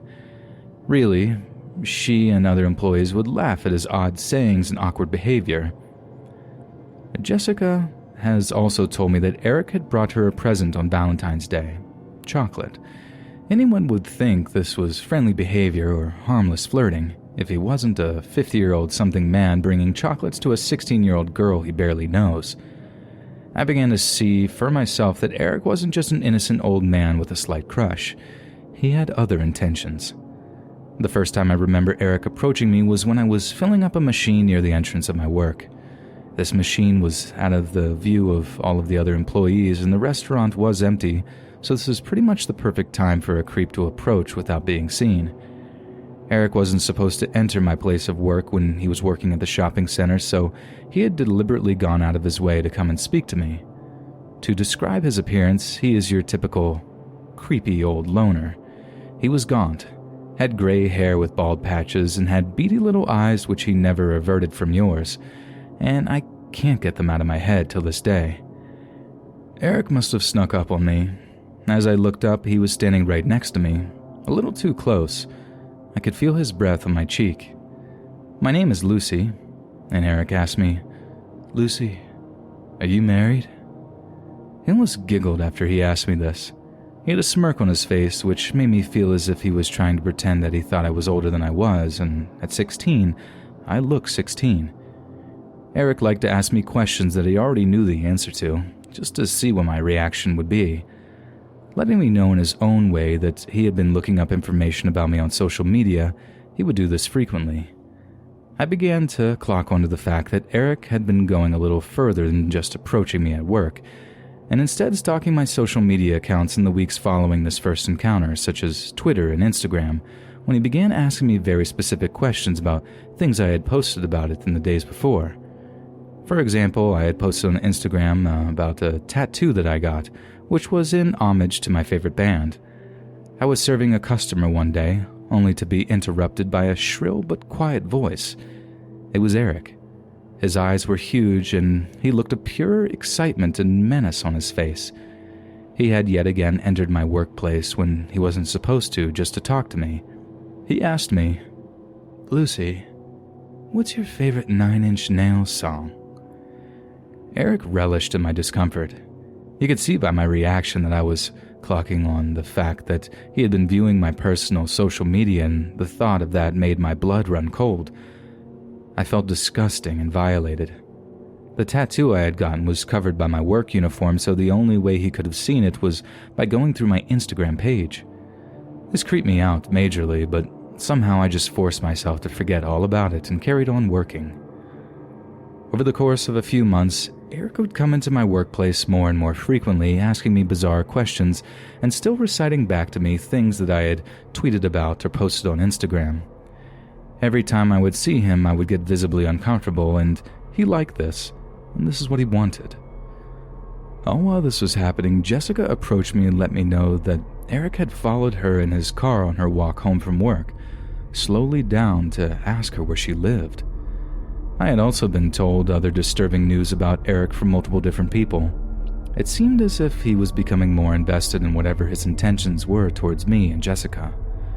News had traveled to one of my managers about Eric's unsettling actions towards me, and this manager informed me that a few years ago, Eric was rumored to have followed a young girl who used to work for our restaurant into a toilet.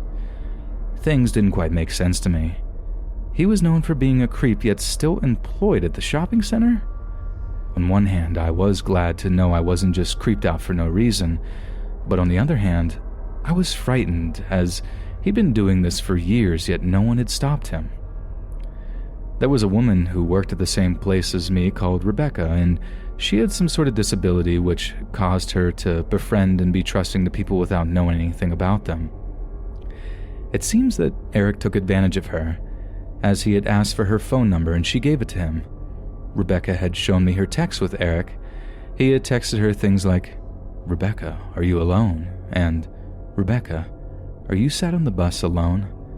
But the most unsettling part of all was the text from Eric that read, "Rebecca, could you please let me know any information on the girls that work at the restaurant that we worked at?" I was stunned. This was quite slowly turning into my nightmare. I was constantly questioning why this old man was so bent on finding out everything to do with my life. Why me? He had gone out of his way to source information about me through a vulnerable person I worked with, and I was scared he was going to go further. Again, this creeped me out, but still, for some reason I forgot about it and carried on with my life, which was very hectic at the time, and in a way I'm grateful that I didn't have the time to dwell on Eric's growing obsession. However, this was something I wouldn't be able to ignore forever, as Eric began inserting himself into my life in ways I couldn't just ignore or brush off. One night I was watching the movie Grease with my family, and I must have tweeted something stupid like, "Grease is my favorite film," because it is a great film, right? Anyways, the morning after my tweet, Eric approaches me in his usual way and utters, "Do you like the film Grease, Lucy?" The same usual smirk lit up his face, and the same usual wave of disgust washed over me. He was really making it a point to let me know that he was watching me. I tried to carry on with my day, but spent the entirety of my shift feeling a little shaken up.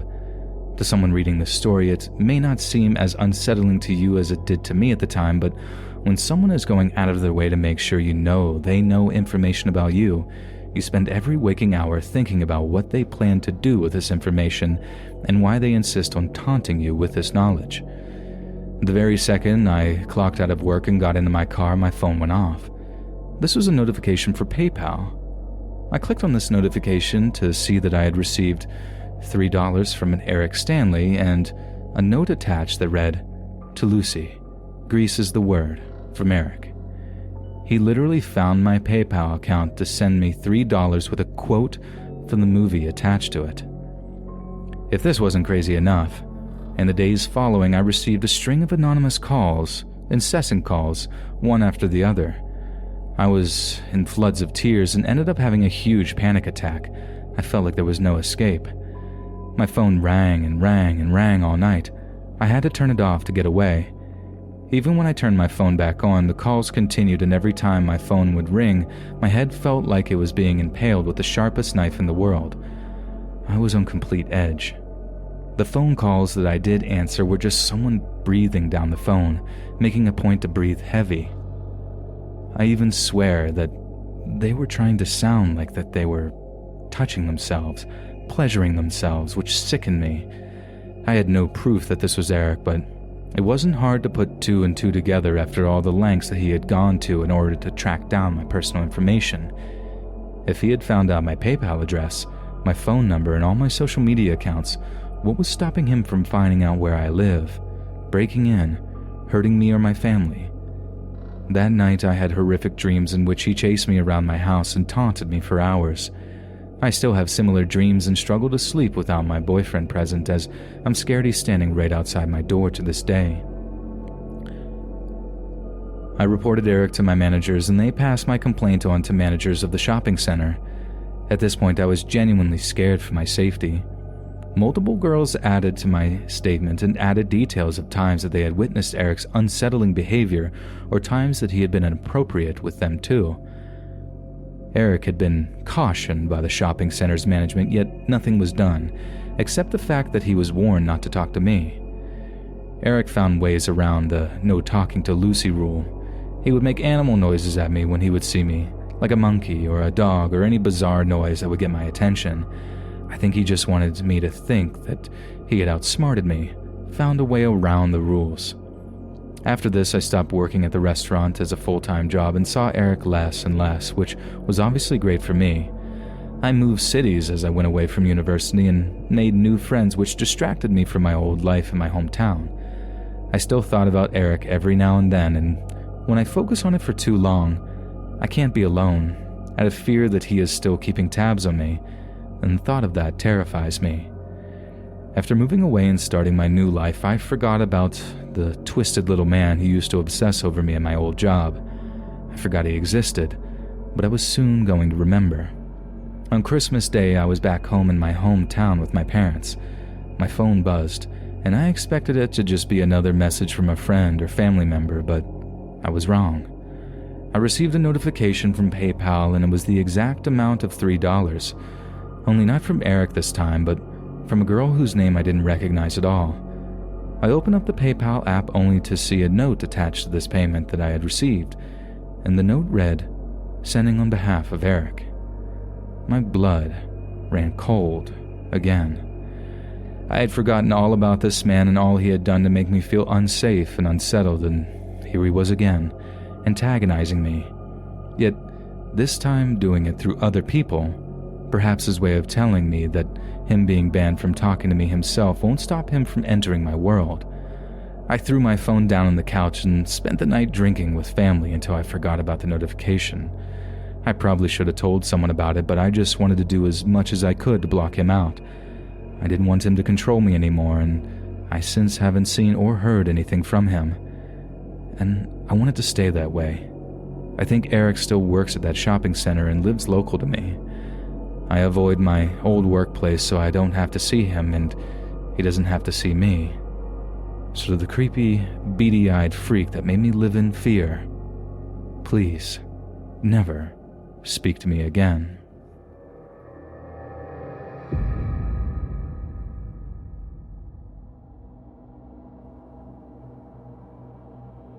When I was 16, I would nanny for two boys, Brandon, who was 8, and Randy, who was 15. Randy had mental health problems because he was born with liquid in his brain or something. Either way, he was a sweetheart, but you could tell something was off by the way he walked and moved his hands. They had a dog, Gunner, that was an Akita and Yellow Lab mix. This dog was huge and protective. I watched the kids every other week, all day, Monday through Friday. Gunner watched everything I did the first week. I had to gain this dog's trust. That first week the dog made me uneasy because if I was with the kids and they started being loud and rambunctious, he would get between me and the boys and start growling. Even if I wasn't playing with them and happened to be near them, Gunner learned to trust me really quick though. There were 2 times that Gunner actually saved our lives. Story 1. The boys lived in a rough neighborhood. Not scary, just rough around the edges. We went for a walk to the playground a couple of blocks away, and a white van slows down behind us. There was a bunch of ghetto guys yelling at us from the window, saying inappropriate things to me, a female, and calling Randy horrible names about his condition. "Just ignore them, guys," I said in a hushed voice as I shifted and put myself and Gunner between the kids. Gunner didn't take his eyes off the van full of them. The tension pulled the fur on his back straight up, signaling to us that he was in protective mode.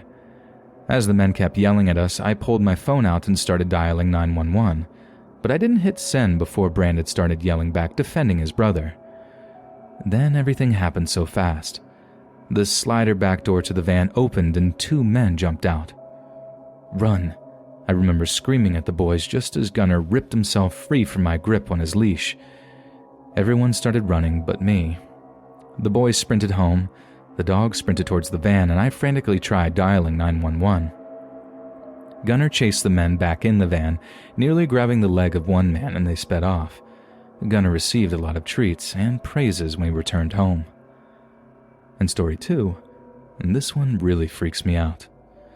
I was allowed to have friends stop by since I practically lived there, and the boys liked hanging out with my wholesome teenage friends. If it was a male, though, I'd have to go outside and hug them where Gunner could see and talk to them for a few minutes on the porch. Gunner would assess them. Normally he let them inside without trouble after that, but there was one friend he wouldn't let inside without coaxing. Gunner would never bite anyone unless actually attacked, just for context. One day a man came to the door, knocked and said he had to drop something off for their mom who was supposedly expecting it. We could see through the window that he seemed like a gentleman and was very nice, but as I approached the door, Gunner cut me off. He started barking at the door insanely. His back stood higher than my hips, and at the time I was a small girl, and the dog just forced me back. Gunner literally prevented me from being able to reach the doorknob. He was gentle with me, but forceful. I yelled back to the guy to leave whatever was on the porch, but he seemed insistent, saying things like, "Can you really not just unlock the door for a minute? Come on, Randy knows me." But I had to tell him I physically couldn't get past the door so I could call the mom for him. The man got weird and was like, "No, that's not necessary, I'll come back another time," and rushed off. Anyway, the guy had some distinct features when I described him to the mom later, and she informed me that she had no idea who he was and that she wasn't expecting anything. We never found out who he was, and Thankfully, he never came back. So, thank you, Gunner. You're a lifesaver.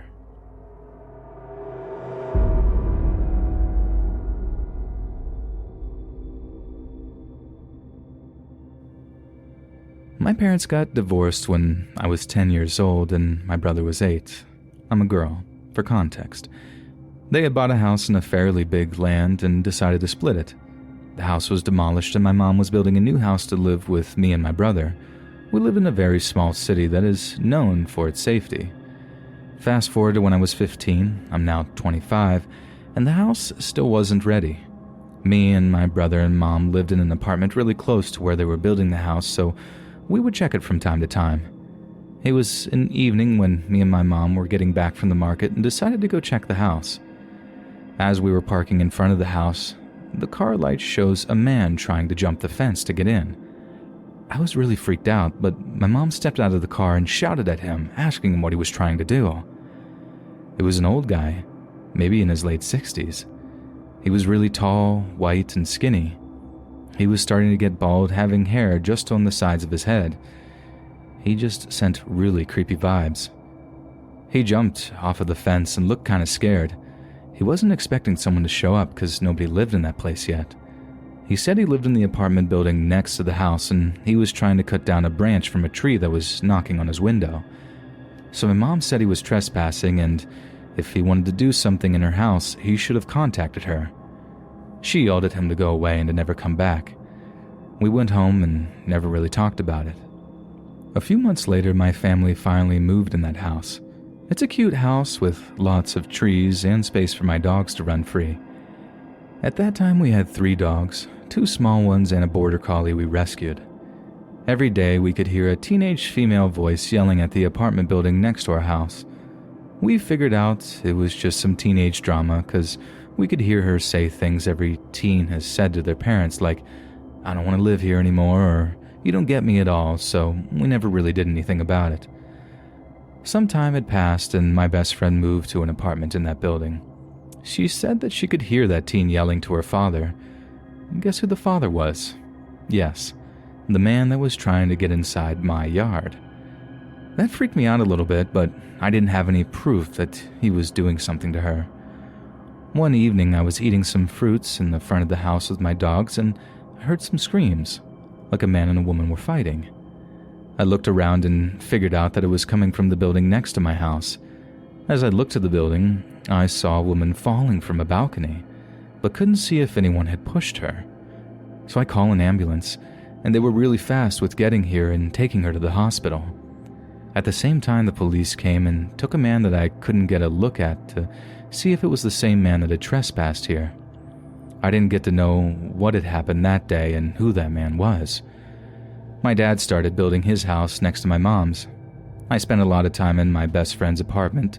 That was just by the creepy apartment. As I said, my yard was filled with trees and sometimes we could see animals there like lizards, snakes, fox, possums. This day, me and my friend were in her balcony and could see a lizard walking in the wall that separated my house and the building. In the balcony next to hers, the creepy man showed up with a gun, trying to shoot that lizard. We started to scream for him, begging him not to kill the lizard. He looked up at us, surprised. I guess he thought he was alone. He didn't say anything, just went back into his apartment. I told my dad about it and he said I shouldn't interact with that man. I was already 18 and things started to calm down, or so I thought. It was an afternoon around 4 p.m. and I was home alone. I decided to go for a walk with my border collie dog. She was really sweet and I used to ride my bike as she followed me running, and so I was doing that. As we were coming back to my house, just passing by the building, that man throws a really big rock at my dog. She was running, so the rock hit her leg. I cursed at him and got back in my house, looking at my dog to see if she was hurt. I told my mom and she said that I should never walk alone again. Some days later, I found a really cute but skinny cat at my college, and I was sitting down smoking and this cat jumped in my lap. I came back to watch a class with him in my lap. He slept through the whole class. I came back home with him. He was orange and fierce. As he was a street cat before, we let him go for walks in my street and everyone liked him. He was really friendly and asked for everyone to pet him. People let him in their houses and frequently sent my mom pics of that cat of their yards or sofas, so we never thought that he was bothering somebody by walking around. At this time, we were forgetting about the violent nature from our neighbor. My family went on a trip to visit my grandma and my dad stayed to take care of our pets. He said one night he heard some footsteps around his house, but as he walked out the front door, he couldn't see anymore. He thought it was just the dogs messing around and went back to his house to sleep. When we came back, we realized one of the trees back in my mom's house was dying. It was a really big tree. We think it was over 100 years old. This tree is the biggest one in the yard, and it was always so beautiful. I should mention this is the tree that the man was complaining about the first time that we met him. So my dad went to look at that tree and found a lot of holes in it. He said it's a way to get poison inside the tree to kill it. He also said that we shouldn't tell my mom because it's going to scare her and make her really sad because the trees were the main reason that she bought the place, and I never told her about it. Some time passes and me and my brother moved out to another town to finish our studies. I wanted to take my cat with me, but my mom said it was going to be hard for him to adapt to living in an apartment. He likes so much walking around, so I agreed that she should stay with him. A few days later, she visited me and said that my cat had died. I was heartbroken. How did it happen? She found him with his neck broken in front of the apartment building next to our house. His head was twisted, but my cat was still alive. But as she arrived at the vet, my cat had already passed away. She said that she thinks it was that man that killed him. We don't have any proof, but you know that feeling when you just know it. I cried so much, and just writing about it makes me cry again. He was my first cat, and he was so sweet. My mom still lives in the same house. She has 5 cats now, but none of them go out. That man still lives next to her. I'm with her during quarantine, and I see him all the time. He walks past our house, always looking up to see if someone's in there.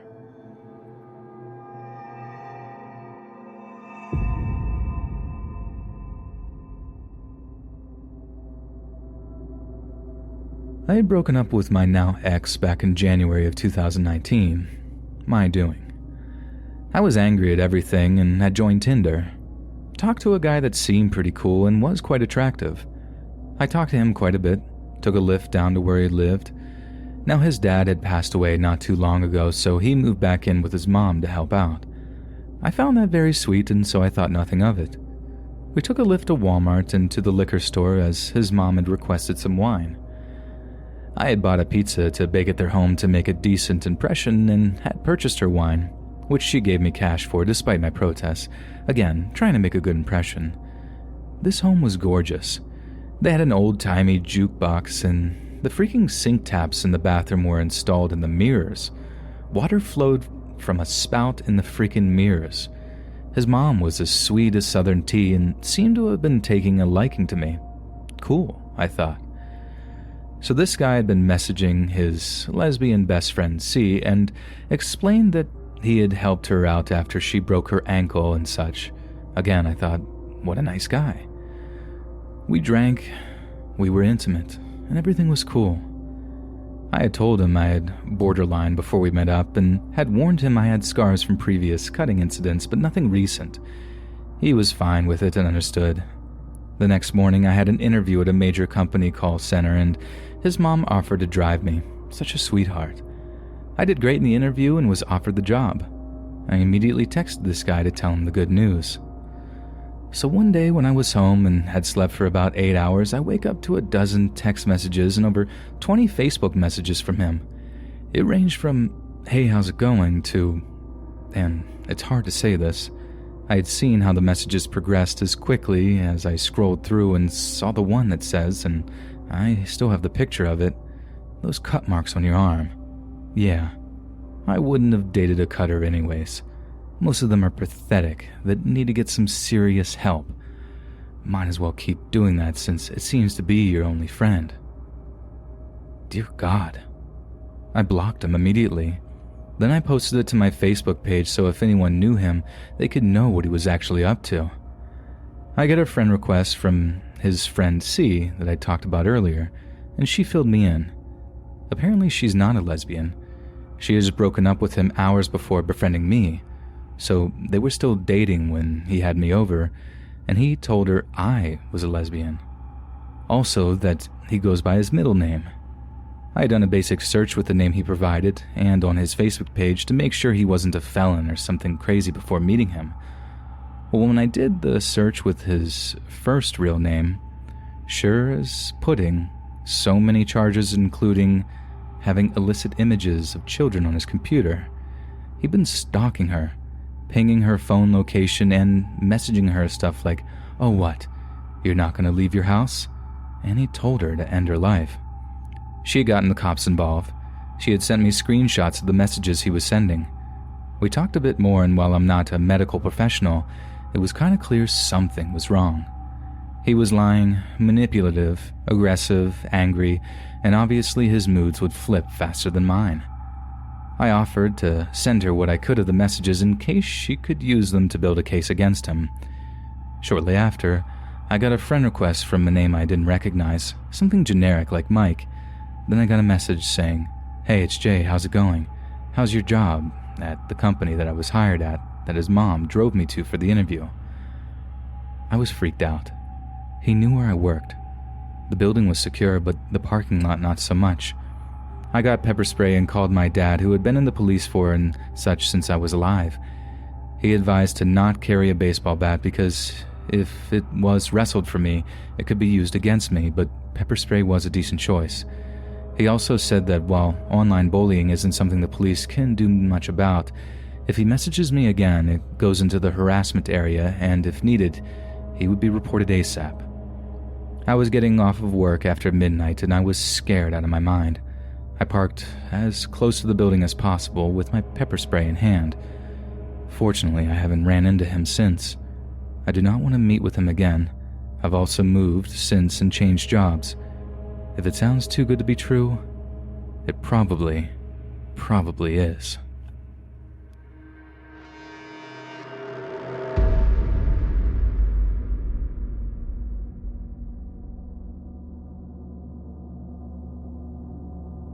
This happened to me 12 years ago when I was a really naive school kid. The more I reflect on it now, the more unsettling it is. I grew up in a rural community which was meant to be really safe, lots of retirees and young families. I'm a trans man, but was a few years away from realizing that at the time, so I just looked like a young girl. My body had developed early, but despite the Jessica Rabbit curves, I was ridiculously baby-faced. The day this happened, I was wearing my ugly junior high school uniform and had my hair in 2 plaits. Aside from my chest, I probably looked about 10. Ugh. My family lived about 10 miles out of the small town I went to school in, and since it was the sticks, there was no public transport and I was too young to drive. Normally I'd get the school bus home, but if I wanted to go to the public library after school, I would go there and wait for my mother to pick me up after she finished work. If anything went wrong, I had nowhere to go. So on the day this happened, I had gone to the library alone and headed to the young adult section. It's very clearly aimed at teens with posters and beanbags and things of that nature. Normally there would be other kids there, sometimes families, but today there was only a middle-aged man sitting alone in one of the chairs. He instantly made me feel uncomfortable. It wasn't his appearance, which was dirty-looking, badly dressed, balding, overweight, dirty teeth. He didn't look homeless, just like a slob.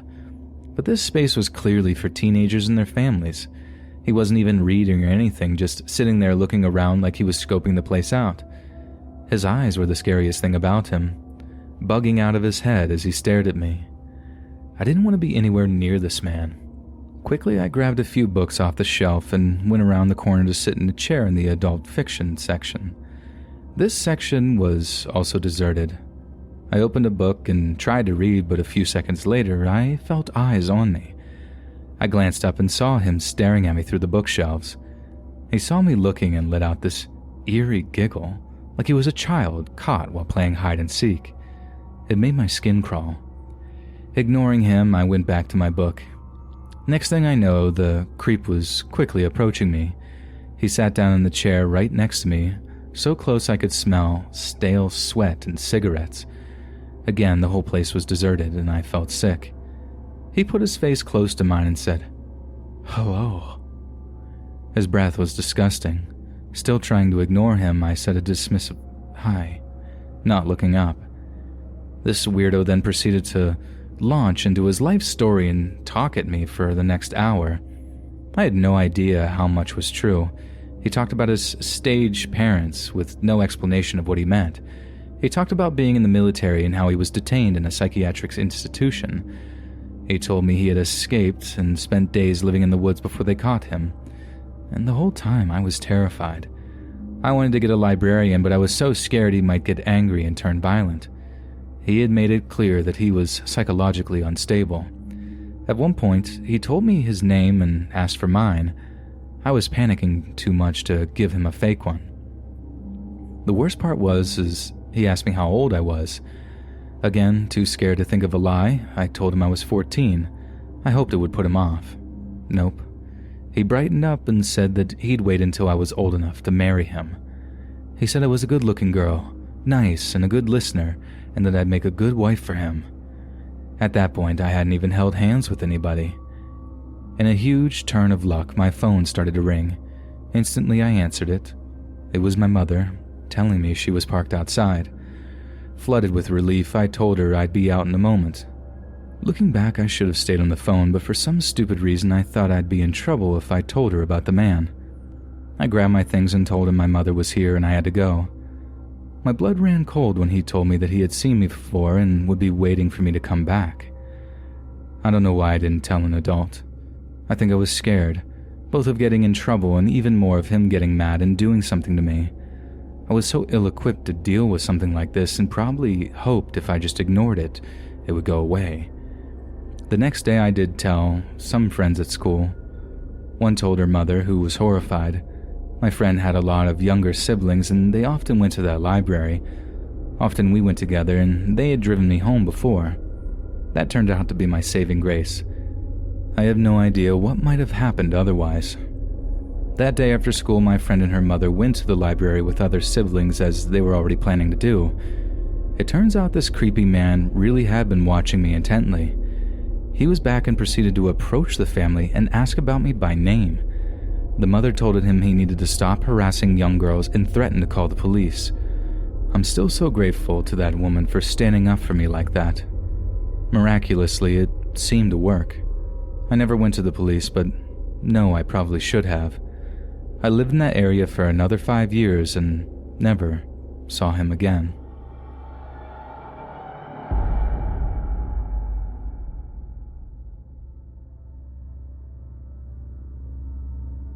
The worst kid I ever babysat for was named Rory.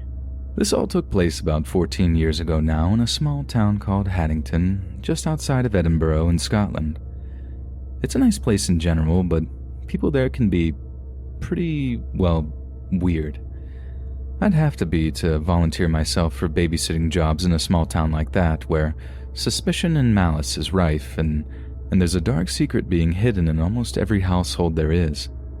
So, anyway, I'd always been sort of aware of Rory's existence. I'd gone to school with his older brother, Struan, for a few years, who was a similarly creepy little person, but I'd never really encountered Rory on a personal level. And that was all about to change. After I put the notice up in the local off-license that I was offering sitting services, I grew to dread it when my phone rang. I mean, it was mostly normal jobs for normal families, but every so often I'd get a call and I'd just know it was going to be a bad one. And when I got the call from Rory's mom, I knew it was going to be rough. But I couldn't just turn down the job. If you get a reputation for being flaky or unreliable, the phone calls and the money quickly dry up. So once the family had promised me my usual rate, the job was on. It seemed pretty simple. Friday night, 6 p.m. until 10 p.m. with money for a takeaway delivery included. I arrived a few minutes early, just to kind of get myself oriented in the house. It's super important to know where the basics are, but also where stuff like plasters and other first aid supplies are located just in case the kid has an accident. Rory's parents seem pretty friendly, but the parents are always friendly when you're giving them a night off from parenting. but no matter how friendly and chirpy they were, you could kind of tell that they weren't exactly the most normal of families. So just before the parents leave for whatever event they were going to, they introduced me to Rory. And the moment I lean down to say hi, I can tell straight away he is not keen on the evening's proceedings. The first words out of his mouth are, "I don't like her." He looks at me, says nothing, then looks at his mom and dad and says straight up, "I don't like her." I just sort of laughed awkwardly while his parents reassured him that I was there to look after him and that they'd be back before he knew it. But still, the wee laddie glared at me, scowled, and then ran upstairs to his room before slamming the door. I'd be lying if I said that I hadn't faced that kind of hostility before, but it's also a huge buzz to win the kid over, to go from not wanting me there to not wanting me to leave. So Rory's parents leave, telling me he's got a microwavable meal in the fridge that I'm to heat up if and when he gets hungry. But I decide to employ my primary winning over tactic, walking to the bottom of the stairs and calling up, "Rory, I'm going to order a pizza. You can have some if you want, just come downstairs whenever you're ready." Now this usually has a shy, moody kid smiling and warming up to me, but not Rory. He didn't make so much as a peep. I mean, if I'm honest, there was a moment that I thought he might have, climbed out of his bedroom window or something. I'm serious. That never ever happens when you offer pizza. So I go up, creep towards his room, and I'm about to knock when the door swings open, and the little guy has stood there, fury in his eyes, and he screeches out, "Get away from my bedroom!" before slamming the door in my face. It scared the absolute life out of me, so I just went downstairs and hoped the night would be over as quickly as possible. So since Rory didn't want any pizza, I ordered Indian instead. The delivery driver arrives, I get my food, and I'm sitting there eating it on the couch when I hear little footsteps coming down the stairs. Rory appears in the doorway and I ask if he's hungry yet. He doesn't say a thing, not for a good minute, so I just kind of smile and carry on eating my chicken korma. "Do you have a boyfriend?" he suddenly asks. I nearly spat out a load of rice, just like this involuntary awkward laughter rising up from my throat. I mean, I literally couldn't believe he just asked me something like that. Of all the questions to make a babysitter feel incredibly awkward, this tops the list. I just reply "Yes, I do actually. He's lovely and he lives just around the corner actually." A lie, of course. I was painfully single at the time, but anything to deter the little brat. As expected, little Rory does not take this well, then sort of marches off into the kitchen. I suspect he's after his food, but I've been given strict instructions not to let him mess around with the microwave or let him try to prepare any hot food. He wasn't quite tall enough to reach the countertop yet, and he was blatantly at risk of scalding himself with the hot food. Only when I follow him into the kitchen to politely tell him that I didn't mind making his food for him, I see him climbing onto a chair that he's pushed towards a countertop. Just as I'm about to stop him, he pulls the biggest kitchen knife he can find out of the knife block before turning towards me with the biggest, most evil-looking grin on his face. I turn, run out of the kitchen and slam the door behind me, leaning on it to prevent him from getting through. That's when this little monster starts stabbing the door, or at least that's what it sounded like. And it wasn't the thickest of wood, so I squeal in fear and hold my body away from the door while leaning on the door handle. I had to hold that door shut for a full half hour while he proceeded to absolutely trash the kitchen. I could hear plates breaking, glasses smashing, all kinds of chaos going on behind the door. I called the parents with the intention of telling them that they had to come home immediately, but they actually just patched my calls. I was left alone, to basically barricade myself into the living room for the remaining few hours of the night. When the parents got back, they went mental, proper rage, and refused to pay me for my services.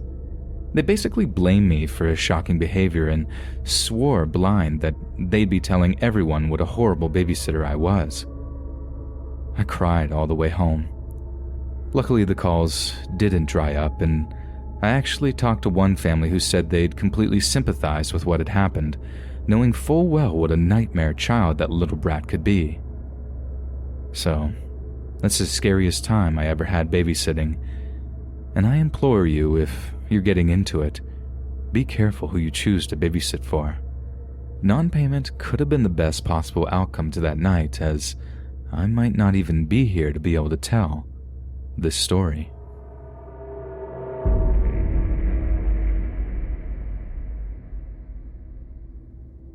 I've never been a babysitter, unless you count looking after my little brother on the odd occasion, but I do have a babysitter story for you all. This all happened back when I was about 10 or 11, as it was the last year of primary school for me, and I remember being really excited about going to big school, as my mom and dad phrased it. They were off to some work function, and I needed a babysitter. I distinctly remember them being worried that they wouldn't be able to go, as I think they left it quite late and were worried that they wouldn't be able to find a sitter. I didn't want to be left alone with a stranger, so I remember being absolutely gutted when they said they'd managed to find someone to stay for a few hours on a Saturday evening. But when the time came and the babysitter arrived, I remember thinking that it wouldn't be so bad. She was very pretty and seemed genuinely lovely. Some university student called Sarah, I can't quite remember, but she pretty much won my parents over in the first few minutes, and well, since they liked her so much, I kind of liked her too. She told me we'd have a little slumber party, that we could watch my favorite film, and my parents sweetened the deal by saying that they'd leave us money for some pizza. So I really did perk up for a bit as they showed the girl around the house and actually warmed up to the idea as they left the house, and Sarah, who we'll just call her now for the story's sake, she began to order us pizza. Only, that's when things started to get a bit weird. She asked me what my favorite topping was, in a voice that didn't sound nearly as jolly as before. When I told her I liked pepperoni the most, still my favorite, she just laughed and told me she was a vegetarian. I tried to tell her we could always get 2 smaller pizzas, but she just ignored me as she placed an order for a large spicy veggie one. I hated spice, and I still do. I can't handle chilies for the life of me, even as a grown-up, so the younger me was absolutely heartbroken that I'd been pretty much shut out of the pizza party that we were supposed to be throwing. And it all went downhill from there. There was a knock at the door a little while after she called, and I suspected it was the delivery guy, but it wasn't. From the top of the stairs, I watched as some lad in his own clothes stepped out of the cold and into our hallway. I was confused as to what was going on, where the pizza was and all that, but when the pair of them started sharing this really horrible wet kiss, I got onto the fact that it was obviously her boyfriend or something. And this is all after hearing my parents make it clear to her that she wasn't allowed any company around. So I was really bloody annoyed at this point, like furious. So I snuck down into the kitchen to try and find the house phone to call my mom, only it wasn't in the charger. I trot around for a wee bit trying to find the thing when I realized there's a good chance the babysitter had it with her. I walked down the hall to the living room where she and her boyfriend were, opened the door, and pretty much recoil at what I see. They're doing stuff, right there on the couch. Sarah screams at me to get out and shuts the door, and I respond with asking her for the phone. She doesn't even acknowledge my request, gets up from the couch with fury in her eyes and slams the door on me before screaming through the wood to get back up to my room and be quiet. I told her I was hungry, but again, absolutely no acknowledgement. So I went back up to my room and just bawled my eyes out.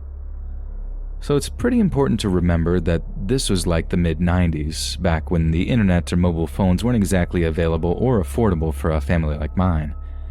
If this had happened nowadays, it would be a piece of pie to just phone my parents or, hey, even take a photo of the boyfriend being there and that would be that. But I just didn't have those options available to me, and even if I had, this girl was so conniving that she'd probably have found a way around it. But that sort of maltreatment wasn't what scared me. Yeah, it was upsetting, but another danger became more of a priority when I realized that they had trapped the family dog inside the living room with them. I went back downstairs facing my fears and hoping I could at least get Jazz out of the room with them. She was an Australian Shepherd, one of those dogs that's dead shaggy but also looks like someone spilled a can of paint over them or something. I loved her so much and I had to rescue her. So I knock on the living room door, only to get told to go away. I knock again, telling the babysitter that it was important that Jazz had to go outside to have a wee or for her to be taken on a walk so she could do a number 2. Again, she barked at me to go away. I wasn't about to let this happen to my best friend in the world though, so I pushed the door open just in time to see the boyfriend do something frankly unbelievable. So in England, we play cricket, don't we? And the balls are insanely hard. Like, I think they might be even harder than baseballs you Americans play with. Solid cork on the inside with a tough leather binding. People actually died from getting hit on the head with cricket balls. Jazz loved her cricket ball. We tried throwing tennis balls and stuff for her, but I think she just liked that leather smell the cricket ball gave off. Maybe it reminded her of actually chasing an animal or something, I don't know. But either way, I opened the door of the living room to find the boyfriend of the sitter just lashing the cricket ball at Jazz. So hard that when it hit her back leg, she yelped, all high-pitched. I tried to run in to rescue her, to pull her into my room where she could be safe, but the boyfriend was fast. He pushed me back into the hallway, shut the door, and then I'm certain he wedged something against it, because I couldn't open it at all from then on. I went up to my room and cried myself to sleep, only waking up to hear my parents talking to the sitter when they got home. I didn't make a sound. I was just too scared. For some reason, I had it in my head that the boyfriend would hurt them. I don't know. Kids are daft like that, I suppose, but of course, he wasn't there. He left before my mom and dad got home. I think the real nightmare was that the sitter had actually spun some pure sob story about how I'd been really bad and terribly behaved all evening, how I'd been a brat and demanded this, that, and the other, and they made a huge bloody mistake. The absolute wankers, because that cricket ball had left a huge welt on Jazz's hind leg, and when my dad found out that, I'd at least been partially telling the truth about what they'd been up to. And God, you should have seen how livid he was.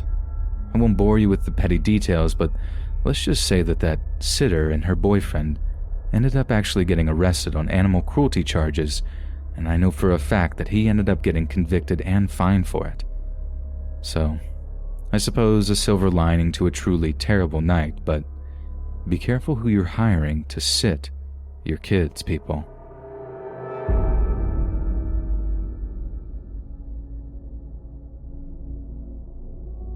So this is the story of the worst day of my entire life so far. I was just 15 at the time, babysitting my little sister who was a toddler, like about that kind of age where she could walk and open doors. My parents were making a quick run to the store and left me in charge. I was chilling in the TV room. Sis was in her bedroom playing with her dolls or whatever. After a few minutes of watching TV, I noticed it was a little too quiet. I checked her room and she wasn't there. I checked everywhere else with growing alarm, looking and calling for her, but she was nowhere to be found. To my absolute horror, I realized the person I'm supposed to be babysitting is definitely no longer in the house. There was this kids' swing park across the street that she liked, and this wouldn't be the first time that she worked the doorknob successfully and toddled over to play there by herself. So I sprinted over there to look for her, running on pure adrenaline and panic, but there was still no sign of her. I spotted a group of 3 grade schoolers there, so I described her and asked them if they had seen her around. One of the boys told me he saw a girl matching her description get into a blue car. We don't own a blue car, nor do any of the family friends. I can't adequately describe the feeling of dread, panic, and hopelessness that completely overwhelmed me. It was kind of feeling like my heart actually fell out of my chest. I sprinted from one end of the block to the other, hoping to catch a glimpse of this blue car. I ran through and around the adjoining elementary school, hoping maybe she was there. Never mind that I'd already been told that she had gotten into a stranger's car. I was completely irrational, was hoping that I had misheard that kid or something, or maybe, please, God she was back. After some kind of eternity, I ran back home to call 911. By this time, my parents were back, and lo and behold, my sister was with them. It turns out she did open the door and wander off, but only to the store and back. A stranger had asked her where she lived and then walked her straight back to her house since it was obviously dangerous for her to be out alone. In my panic, I'd completely missed her coming home, and I was furious as to why my parents didn't think to notify me, so I guess it ended okay. I locked myself in the bathroom and sobbed for a while. Then I was overcome by an overwhelming urge to punch this little turd who had lied to me. I bolted back to the playground with no clear plan in mind. He wasn't there when I got back. I suppose that's good because I was sufficiently older, bigger, and utterly blind with rage that I probably would have murdered him at that point. An apology, however physically coerced, would have been nice though. Oh, and I'm fairly certain the boy wasn't just mistaken. After all was said and done, I recalled that one of the kids in his little group of friends had started to chime up when she saw me running around in a panic. I just vaguely remember her saying something like, "Hey mister, you should know about your sister." Something in the tone of her voice was apologetic, like she realized how messed up their joke was. But I was completely irrational at that point and ran off to keep searching, and it failed to register until later. Point being, there's a reason why the front page of the Hitchhiker's Guide to the Galaxy says, "Don't panic." Never truer a word said.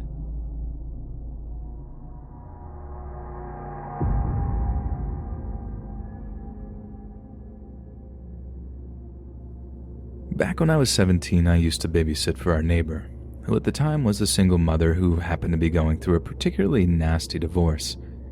She had 2 young sons, one of which was 8 years old, while the other was only around 18 months. They were absolutely adorable and very well-behaved kids, but you could tell that they were going through a lot, and the older one definitely showed signs of stress over the whole thing. And I'll never forget the time he asked me why his daddy couldn't live with them anymore, and it honestly broke my heart. Not because I didn't have an answer for him, but because to hear it would have just been too much to bear, too much for anyone to bear. Anyway, after a few months of being alone, she finally decided to get back on the old dating horse. I was so happy for her. After such a rough time, she deserved to find happiness again, to find someone who had the wherewithal to be a real father to these 2 adorable little boys. So one night she leaves on her date and says she'll be back around midnight and not a moment later. Only she doesn't tell me exactly where she's going, and I have no way to contact her because this was back in the 80s and no one had a cell phone. Well, they did exist, but not in the available commercial sense. It was all landlines back then. Otherwise, this might not have gone the way it did. So on the night in question, I'm chilling on the couch, absent-mindedly flicking through the TV channels. I put the kids to bed an hour previous. They're sleeping like rocks and everything seems fine and dandy. When suddenly there's a knock at the front door. I wasn't expecting anyone, but then again, it wasn't my house, so I felt kind of obligated to answer and take a message or whatever. Only as I started walking down the hallway towards the front door, whoever is on the other side starts banging against it and cursing up a storm. "Cheryl, I know you're in there. Open the door." Now, what was exactly said, I don't remember, but I'm not keen on repeating some of the words they used. It was really, really harsh. So I'm just frozen, looking at the door in total fright when the oldest boy came flying out of his room and down the stairs, running to the door and yelling, "Daddy's home!" I grab him, pull him away from the door. I had no idea what this guy's intentions were, and after all, they were probably divorced for a freaking reason. But I almost fainted with fear when I hear the words, "I got my shotgun in my truck, and tonight, I'm gonna teach you a lesson you'll never forget." He screams this, but then I hear his footsteps move up the gravel path. It appeared he wasn't bluffing at all. And if that was the case, then our lives were clearly in danger. When he gets back, he's banging on the door and threatening to start shooting through it if no one opens. I grab both kids and run out the back door and across the street to my house where my mom calls the police. When the police arrive a few minutes later, they actually find the ex-husband taking a massive dump on Cheryl's porch. He was arrested, and I wait with the kids at my house for their mom to show up. Everyone was in tears by that point, even my mom, who was normally a pretty reserved woman. I mean, maybe he was just having a manic episode and no one was in real danger, but honestly, it was one of the most terrifying nights of my entire life.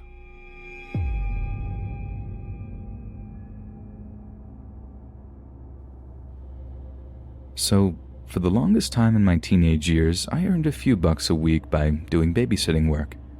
It always made me giggle at how there are so many urban legends based around babysitting. The serial killer that stalks the unwitting teen, the call coming from inside the house, pretty much every Halloween movie in some manner that seems to present babysitting as the vocation of those with a death wish, when in reality, the only thing likely to kill you is the boredom. Sure, you get a bratty kid and it makes an evening a little more challenging, but you get a good one, and you're basically sat on the couch for hours on end, watching tedious cable TV shows and counting the minutes until the parents get home. Saying that, I did babysit for one family that ended in a frankly terrifying experience that ended up in me never, ever sitting for them ever again. It only happened once, but sometimes once is enough. So I arrive at this big old house a few blocks away from my parents' house at around 6:30 one Friday evening. The parents of the kid seem incredibly charming, and the kid is one of the more adorable little tykes that I've had the good fortune of minding. We go over a brief list of rules, what the kid is and isn't allowed to eat, how much I'll be paid and how long I'll be sitting for, and that sort of thing. Then the parents head out to whatever fancy party that they had been planning on attending. All goes well for a little while. The kid wouldn't eat their carrots, but when I pretended that they were delicious by taking little bites myself, they soon broke into a smile and pretty much demolished the little bowl of hummus that we were sharing. With the kid fed, I gave her a bath, tucked her into bed, and that's that. It was honestly one of the easier jobs I'd had, right up until the sun started to go down. So once the kid's asleep, I head downstairs to order a pizza on the parents' dollar. Like I said, they were perfectly nice and polite when we first met, and it's not often a job comes with free food. Pizza arrives pretty quickly, and I even tipped the delivery guy a few dollars just to say thank you for being so fast. He's literally counting out the change in dollar bills when his head snaps to the side, like he's looking into the bushes at the side of the house. I ask him if everything is okay, peering out from the door to see what he's looking at. But there's nothing, just dark bushes. He says something along the lines of, sorry, guess I'm just tired. Mind's playing tricks on me. He laughs awkwardly, then walks back to his car while thanking me again for the tip. I didn't think anything of it. I mean, it was probably just a cat or something, right? So we got back inside to eat, have a full-on carb overload, and end up just lying there on the couch watching TLC. There were these big bay windows in the family's TV room, and I had drawn the curtains earlier to block out the glare on the TV. Only I hadn't drawn them all the way, and there was a slight crack in the curtains that allowed me to see into the dark front yard. At one point, my eyes were drawn to this little crack, and I could swear I saw a dark shape where streetlights were previously visible. I sit up, focusing my eyes on the shape and wondering if it were my mind playing tricks on me this time, when it moved. I wasn't going nuts. I had been looking at someone or something who was in turn looking at me through the big old windows. That's about when I started to freak out. I had been super chilled all evening, but now I was getting that distinctly paranoid feeling like someone was watching me, someone who didn't exactly have the best of intentions. I run around the house making sure all the doors and windows are locked as a precaution, all before keeping their cordless phone as close as possible so that, if it came to it, I could call the cops. I was sure I had seen someone, but the chances of them just vacating the area at the sight of flashing lights then returning later could be a huge possibility, and a terrifying one at that. So I decided to shoot my shot only when it would be absolutely necessary. Appearing to waste police time would not be doing me any favors. I suppose I'm just trying to explain why I didn't call the cops right away. I've had friends of mine say that They have just called 911 right then and there, but I wasn't 100% sure of anything right then. I'd seen a shape, not Michael Myers pointing a knife at me. Life isn't black and white most of the time, I was thinking. Anyway, I've secured all the windows and doors, shoved the cordless phone into my hoodie's front pouch, and have even positioned a Little League bat near the couch so that I was sort of armed. So by that point, I started to feel relatively safe again. If there was some creeper lurking outside looking to prey on a teenage babysitter, they would get one heck of a rude awakening when I waved my bat at them and screamed that the cops were on the way. So I lie back on the couch, but naturally find myself unable to relax. I open the curtains back up so I can see if anyone is hanging around in the front yard, keeping my eyes on the windows every so often in between watching whatever social train wreck is on TLC. Nothing happens for a while, and I start to think it was all just in my head or something. Right about the time I get up to wander into the kitchen to grab a drink of water. As I'm in there, I get that intense feeling that I'm being watched. I turn to see that same dark shape in the kitchen window, only this time, I rush into action. I hammer 911 into the phone, telling the dispatcher I need the cops to my address ASAP, that there's a home invasion in progress. I honestly don't know if it was the adrenaline or I was just sick of pervs thinking they can get away with stuff like that, but I just sort of charged. After screaming out that the cops were on their way, I ran into the TV room, grabbing the Little League bat, and just ran for the back door which led out of the kitchen and into the backyard. What happened next is frankly astounding. As I ran at the guy, baseball bat in hand, ready to bash his brains out right there in the yard, I recognized him instantly. It was a face I'd seen before, not long ago at all. It was the kid's dad. So long story short, the dad of the kid I'd been babysitting had, for whatever reason, decided he needed to see what kind of babysitter I was. So apparently he drove his wife to whatever party they were headed to, turned back saying he'd forgotten something, then decided to watch me over the course of about an hour or two to see if I was worth the cash that they were spending. Obviously, since no crime was actually committed, there was no one to charge. The dad offered me a sincere apology, even offered me double the cash just to finish the night up, but I refused. No amount of money could have persuaded me to stay, and needless to say, I was very selective with who I babysat after that.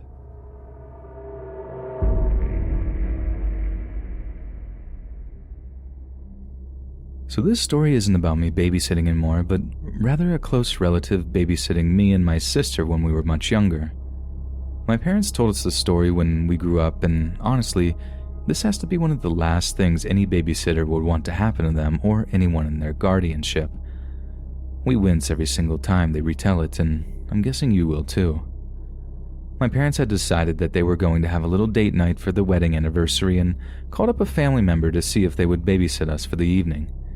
She adored babies and would always play with us when she would occasionally visit, so she must have appeared to be the best person for the job.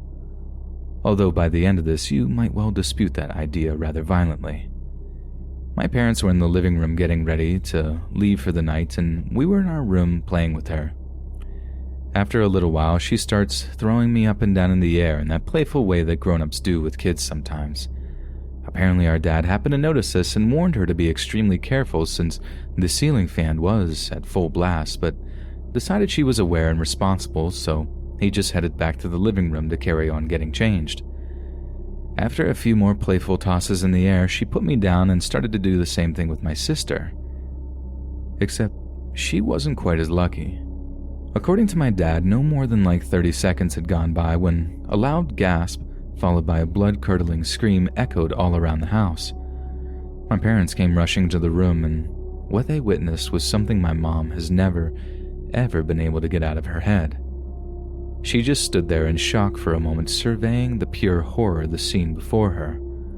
Our babysitter had accidentally tossed my sister into the fan while it was still on, and it wasn't one of those flimsy, cheapo ceiling fans that you can pick up from a Walmart. It was one of those solidly built steel blade fans, built with safety features, sure, but still super heavy. Also, the band setting was thankfully not set to high, but only to medium. God knows what the damage would have been if it was.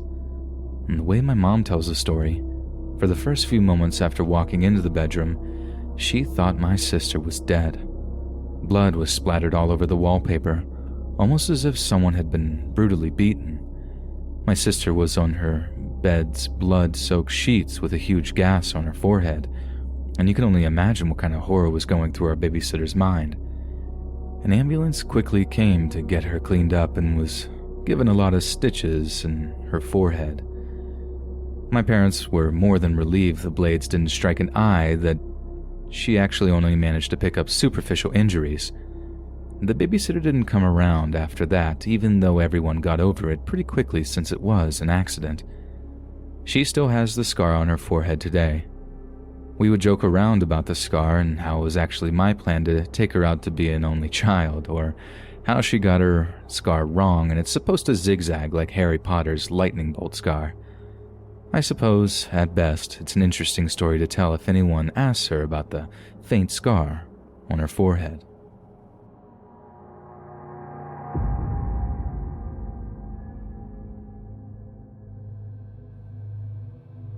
During my teenage years, my family and I lived in military housing here in the US.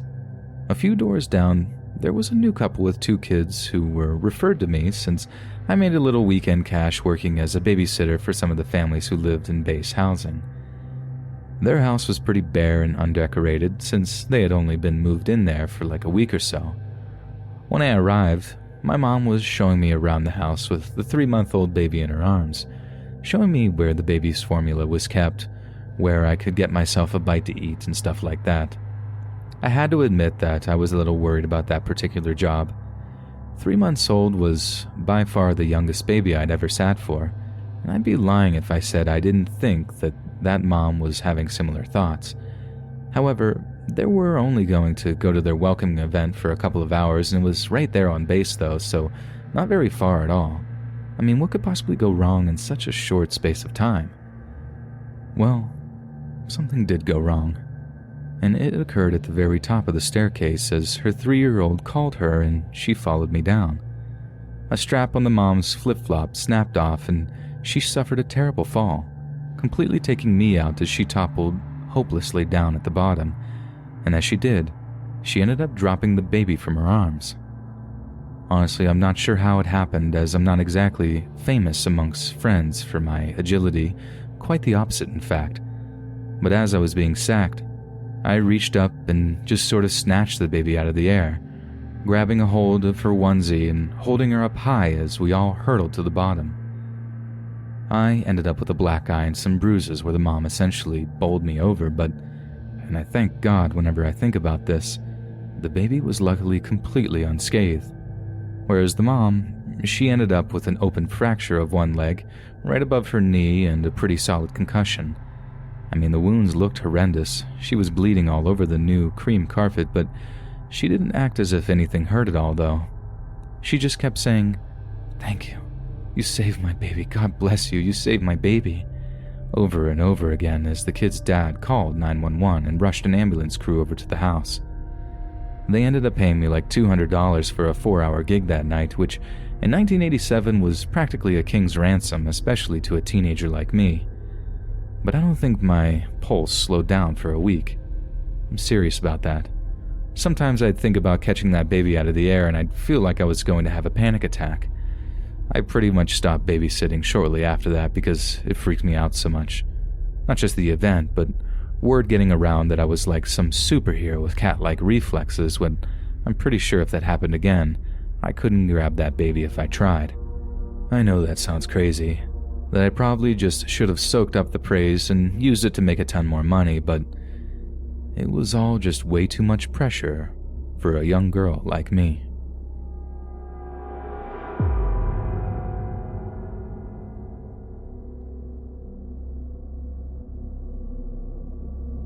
This story takes place all the way back when I was still in high school.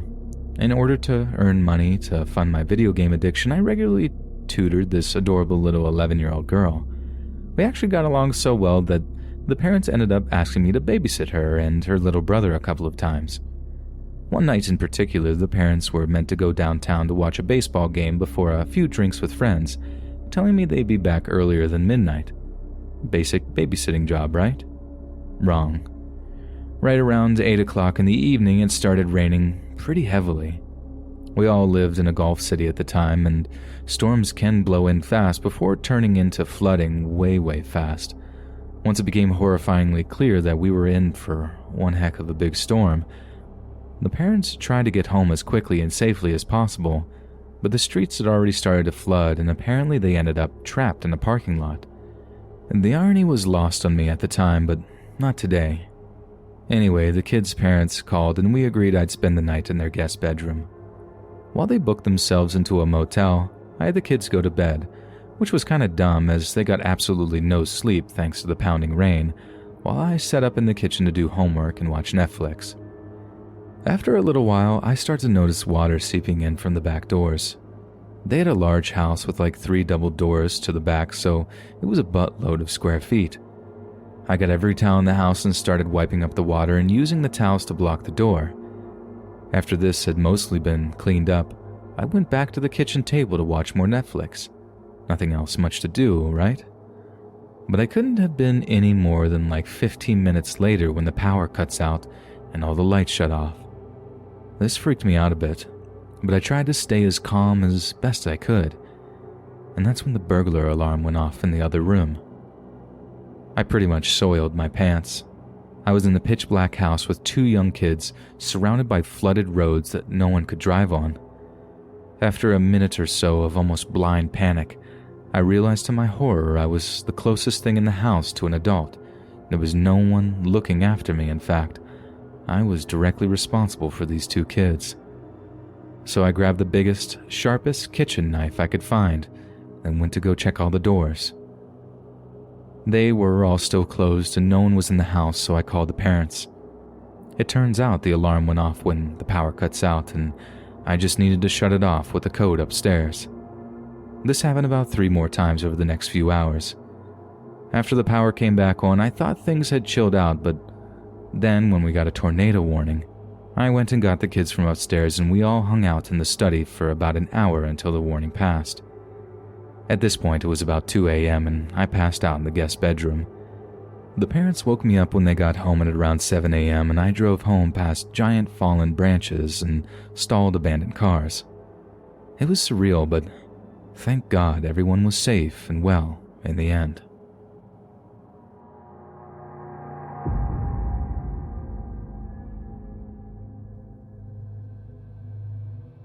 First and last time I babysat, back when I was 16 in the early 80s. I'd just gotten a driver's license and needed gas and insurance money for the old beat-up car I'd bought.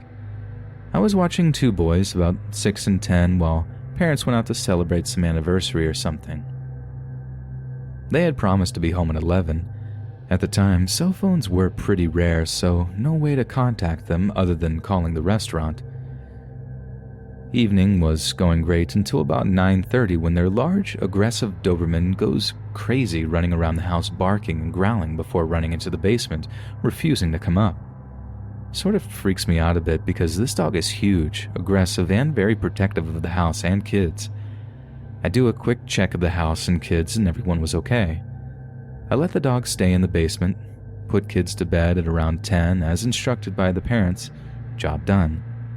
So I'm watching TV at around 10:30 when, suddenly, I begin to smell something burning. Running into the youngest boy's room and find the oldest boy in bed with him. Both are asleep, so I wake them both and tell them that we need to get the dog and go outside. But the dog just straight up refuses to leave the basement. And I had to prioritize. So I get the kids outside and tell them to sit in the front yard while I go in to call the fire department. Not showing good judgment here, but I was 16. Oldest says, "I left a candle burning under my bed." As I go back in, yup, a candle under their bed, since apparently monsters couldn't live anywhere where there's light. I know, dumb kids. As I open the door to go back in, there's this huge explosion behind me across the street and power goes out. The kids start screaming and follow me back into the house. I grab the phone, but there's no dial tone. I get the kids out of the house again, onto the back porch this time and make it really clear that they're stay there. But I can still hear the dog whimpering in the basement. I run to the oldest kid's bedroom with the fire extinguisher and flashlight from the kitchen and look under the bed through hazy smoke. The offending candle has gone out, but has burnt a hole in the box spring, which also has gone out. I flip the box spring and blast it with the extinguisher just in case. I then run to the front porch to see the transformer on a telephone pole had exploded, lighting the pole on fire and taking out the phone and electricity service for the street. I run and check on the box springs, which are still out. I open the bedroom windows to air out the room, then get the kids off the back porch into the living room onto the couch, where they both are just crying their eyes out.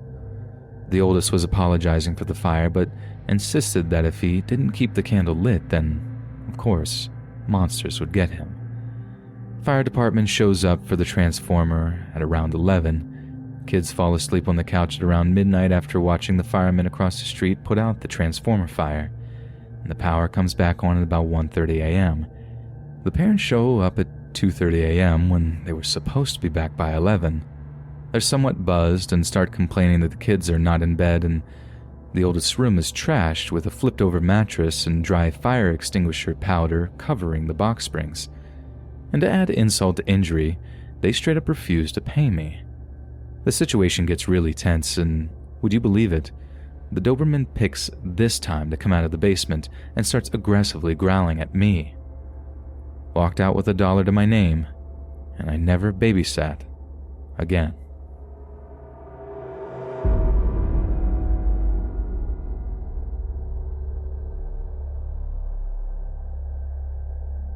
Hi, Let's Read. I'm a huge fan and I've always wanted to be able to send in a true scary story of my own, but I've never really had anything actually scary ever happen to me.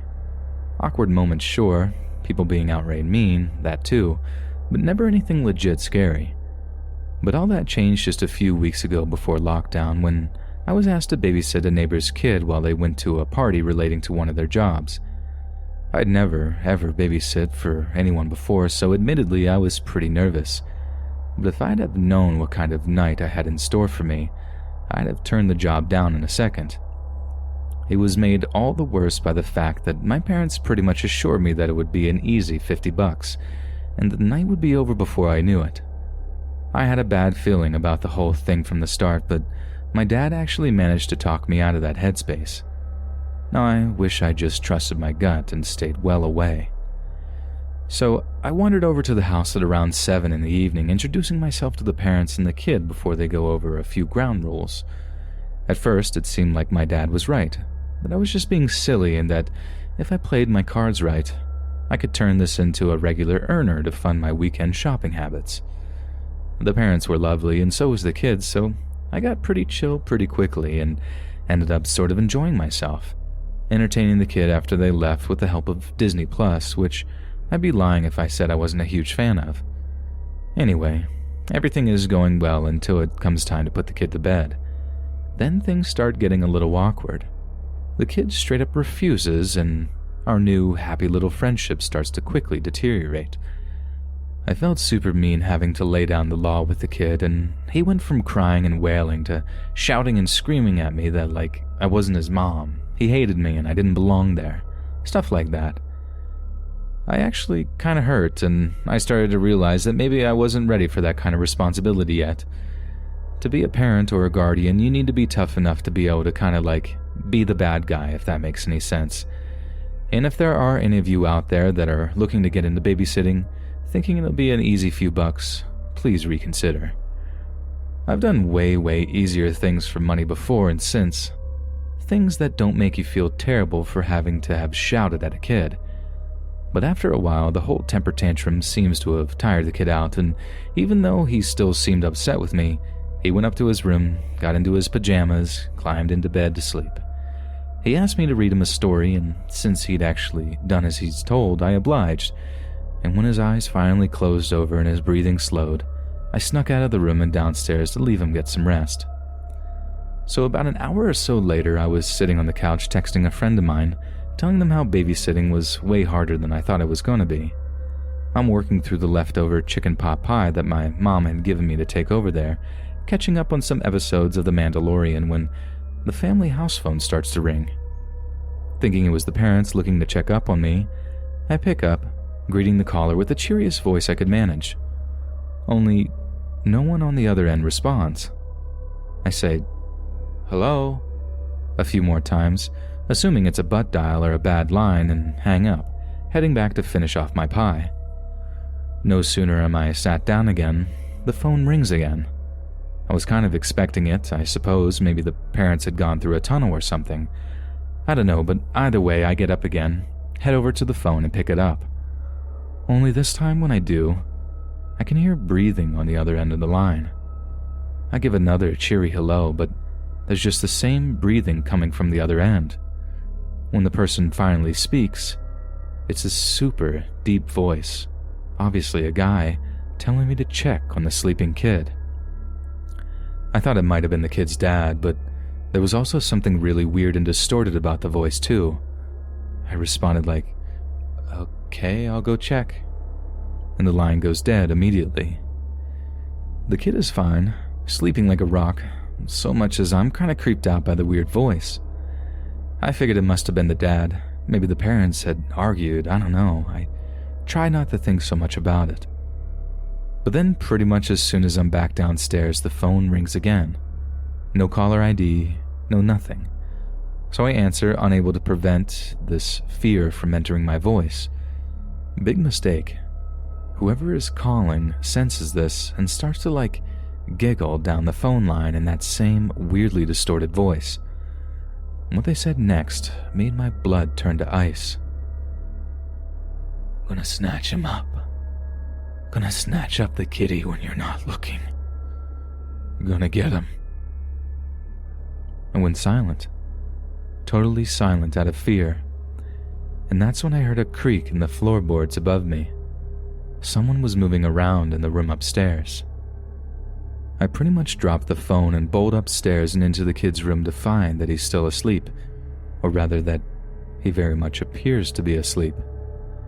But that same deep, slow breathing isn't there. The more I look, the more it seems like he's almost holding his breath or something.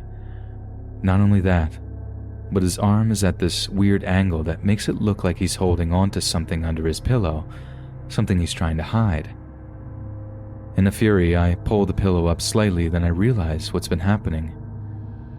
Whoever thought it was a good idea to buy an 8-year-old kid a phone is straight up crazy. But under that pillow wasn't just a phone. There was a voice distorter under there too. I grab both and run out of the room, back downstairs where the kid starts throwing another temper tantrum.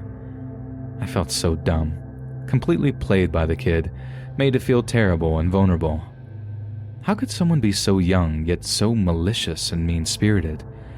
The parents arrived back shortly afterwards, and I didn't mention a word of what happened until they paid me in full. Then I read them the riot act. I was never going to babysit for them, and they were completely irresponsible letting their kid have the things like a phone, let alone an actual voice distorter. Turns out the creepy little gadget was their older college-age kids, and that the little guy was fascinated with it and wouldn't give it back to him. But I didn't care. I wasn't about to put myself out there like that. Ever. Again.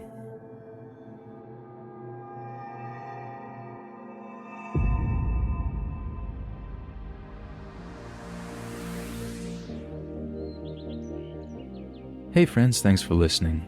Be sure to subscribe and click that notification bell to be alerted of all future narrations.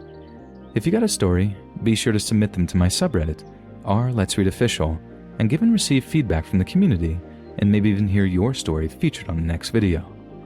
And join my Discord to interact with me and other listeners directly. And if you want to support me even more, grab early access to all future narrations for just $1 a month on Patreon, and maybe even pick up some Let's Read merch on Spreadshirt. And check out the Let's Read podcast, where you can hear all these stories in long compilation form and save huge on data, located anywhere you listen to podcasts. Links in the bio. Thanks so much, friends. And remember, I kind of forgot what I was supposed to remember.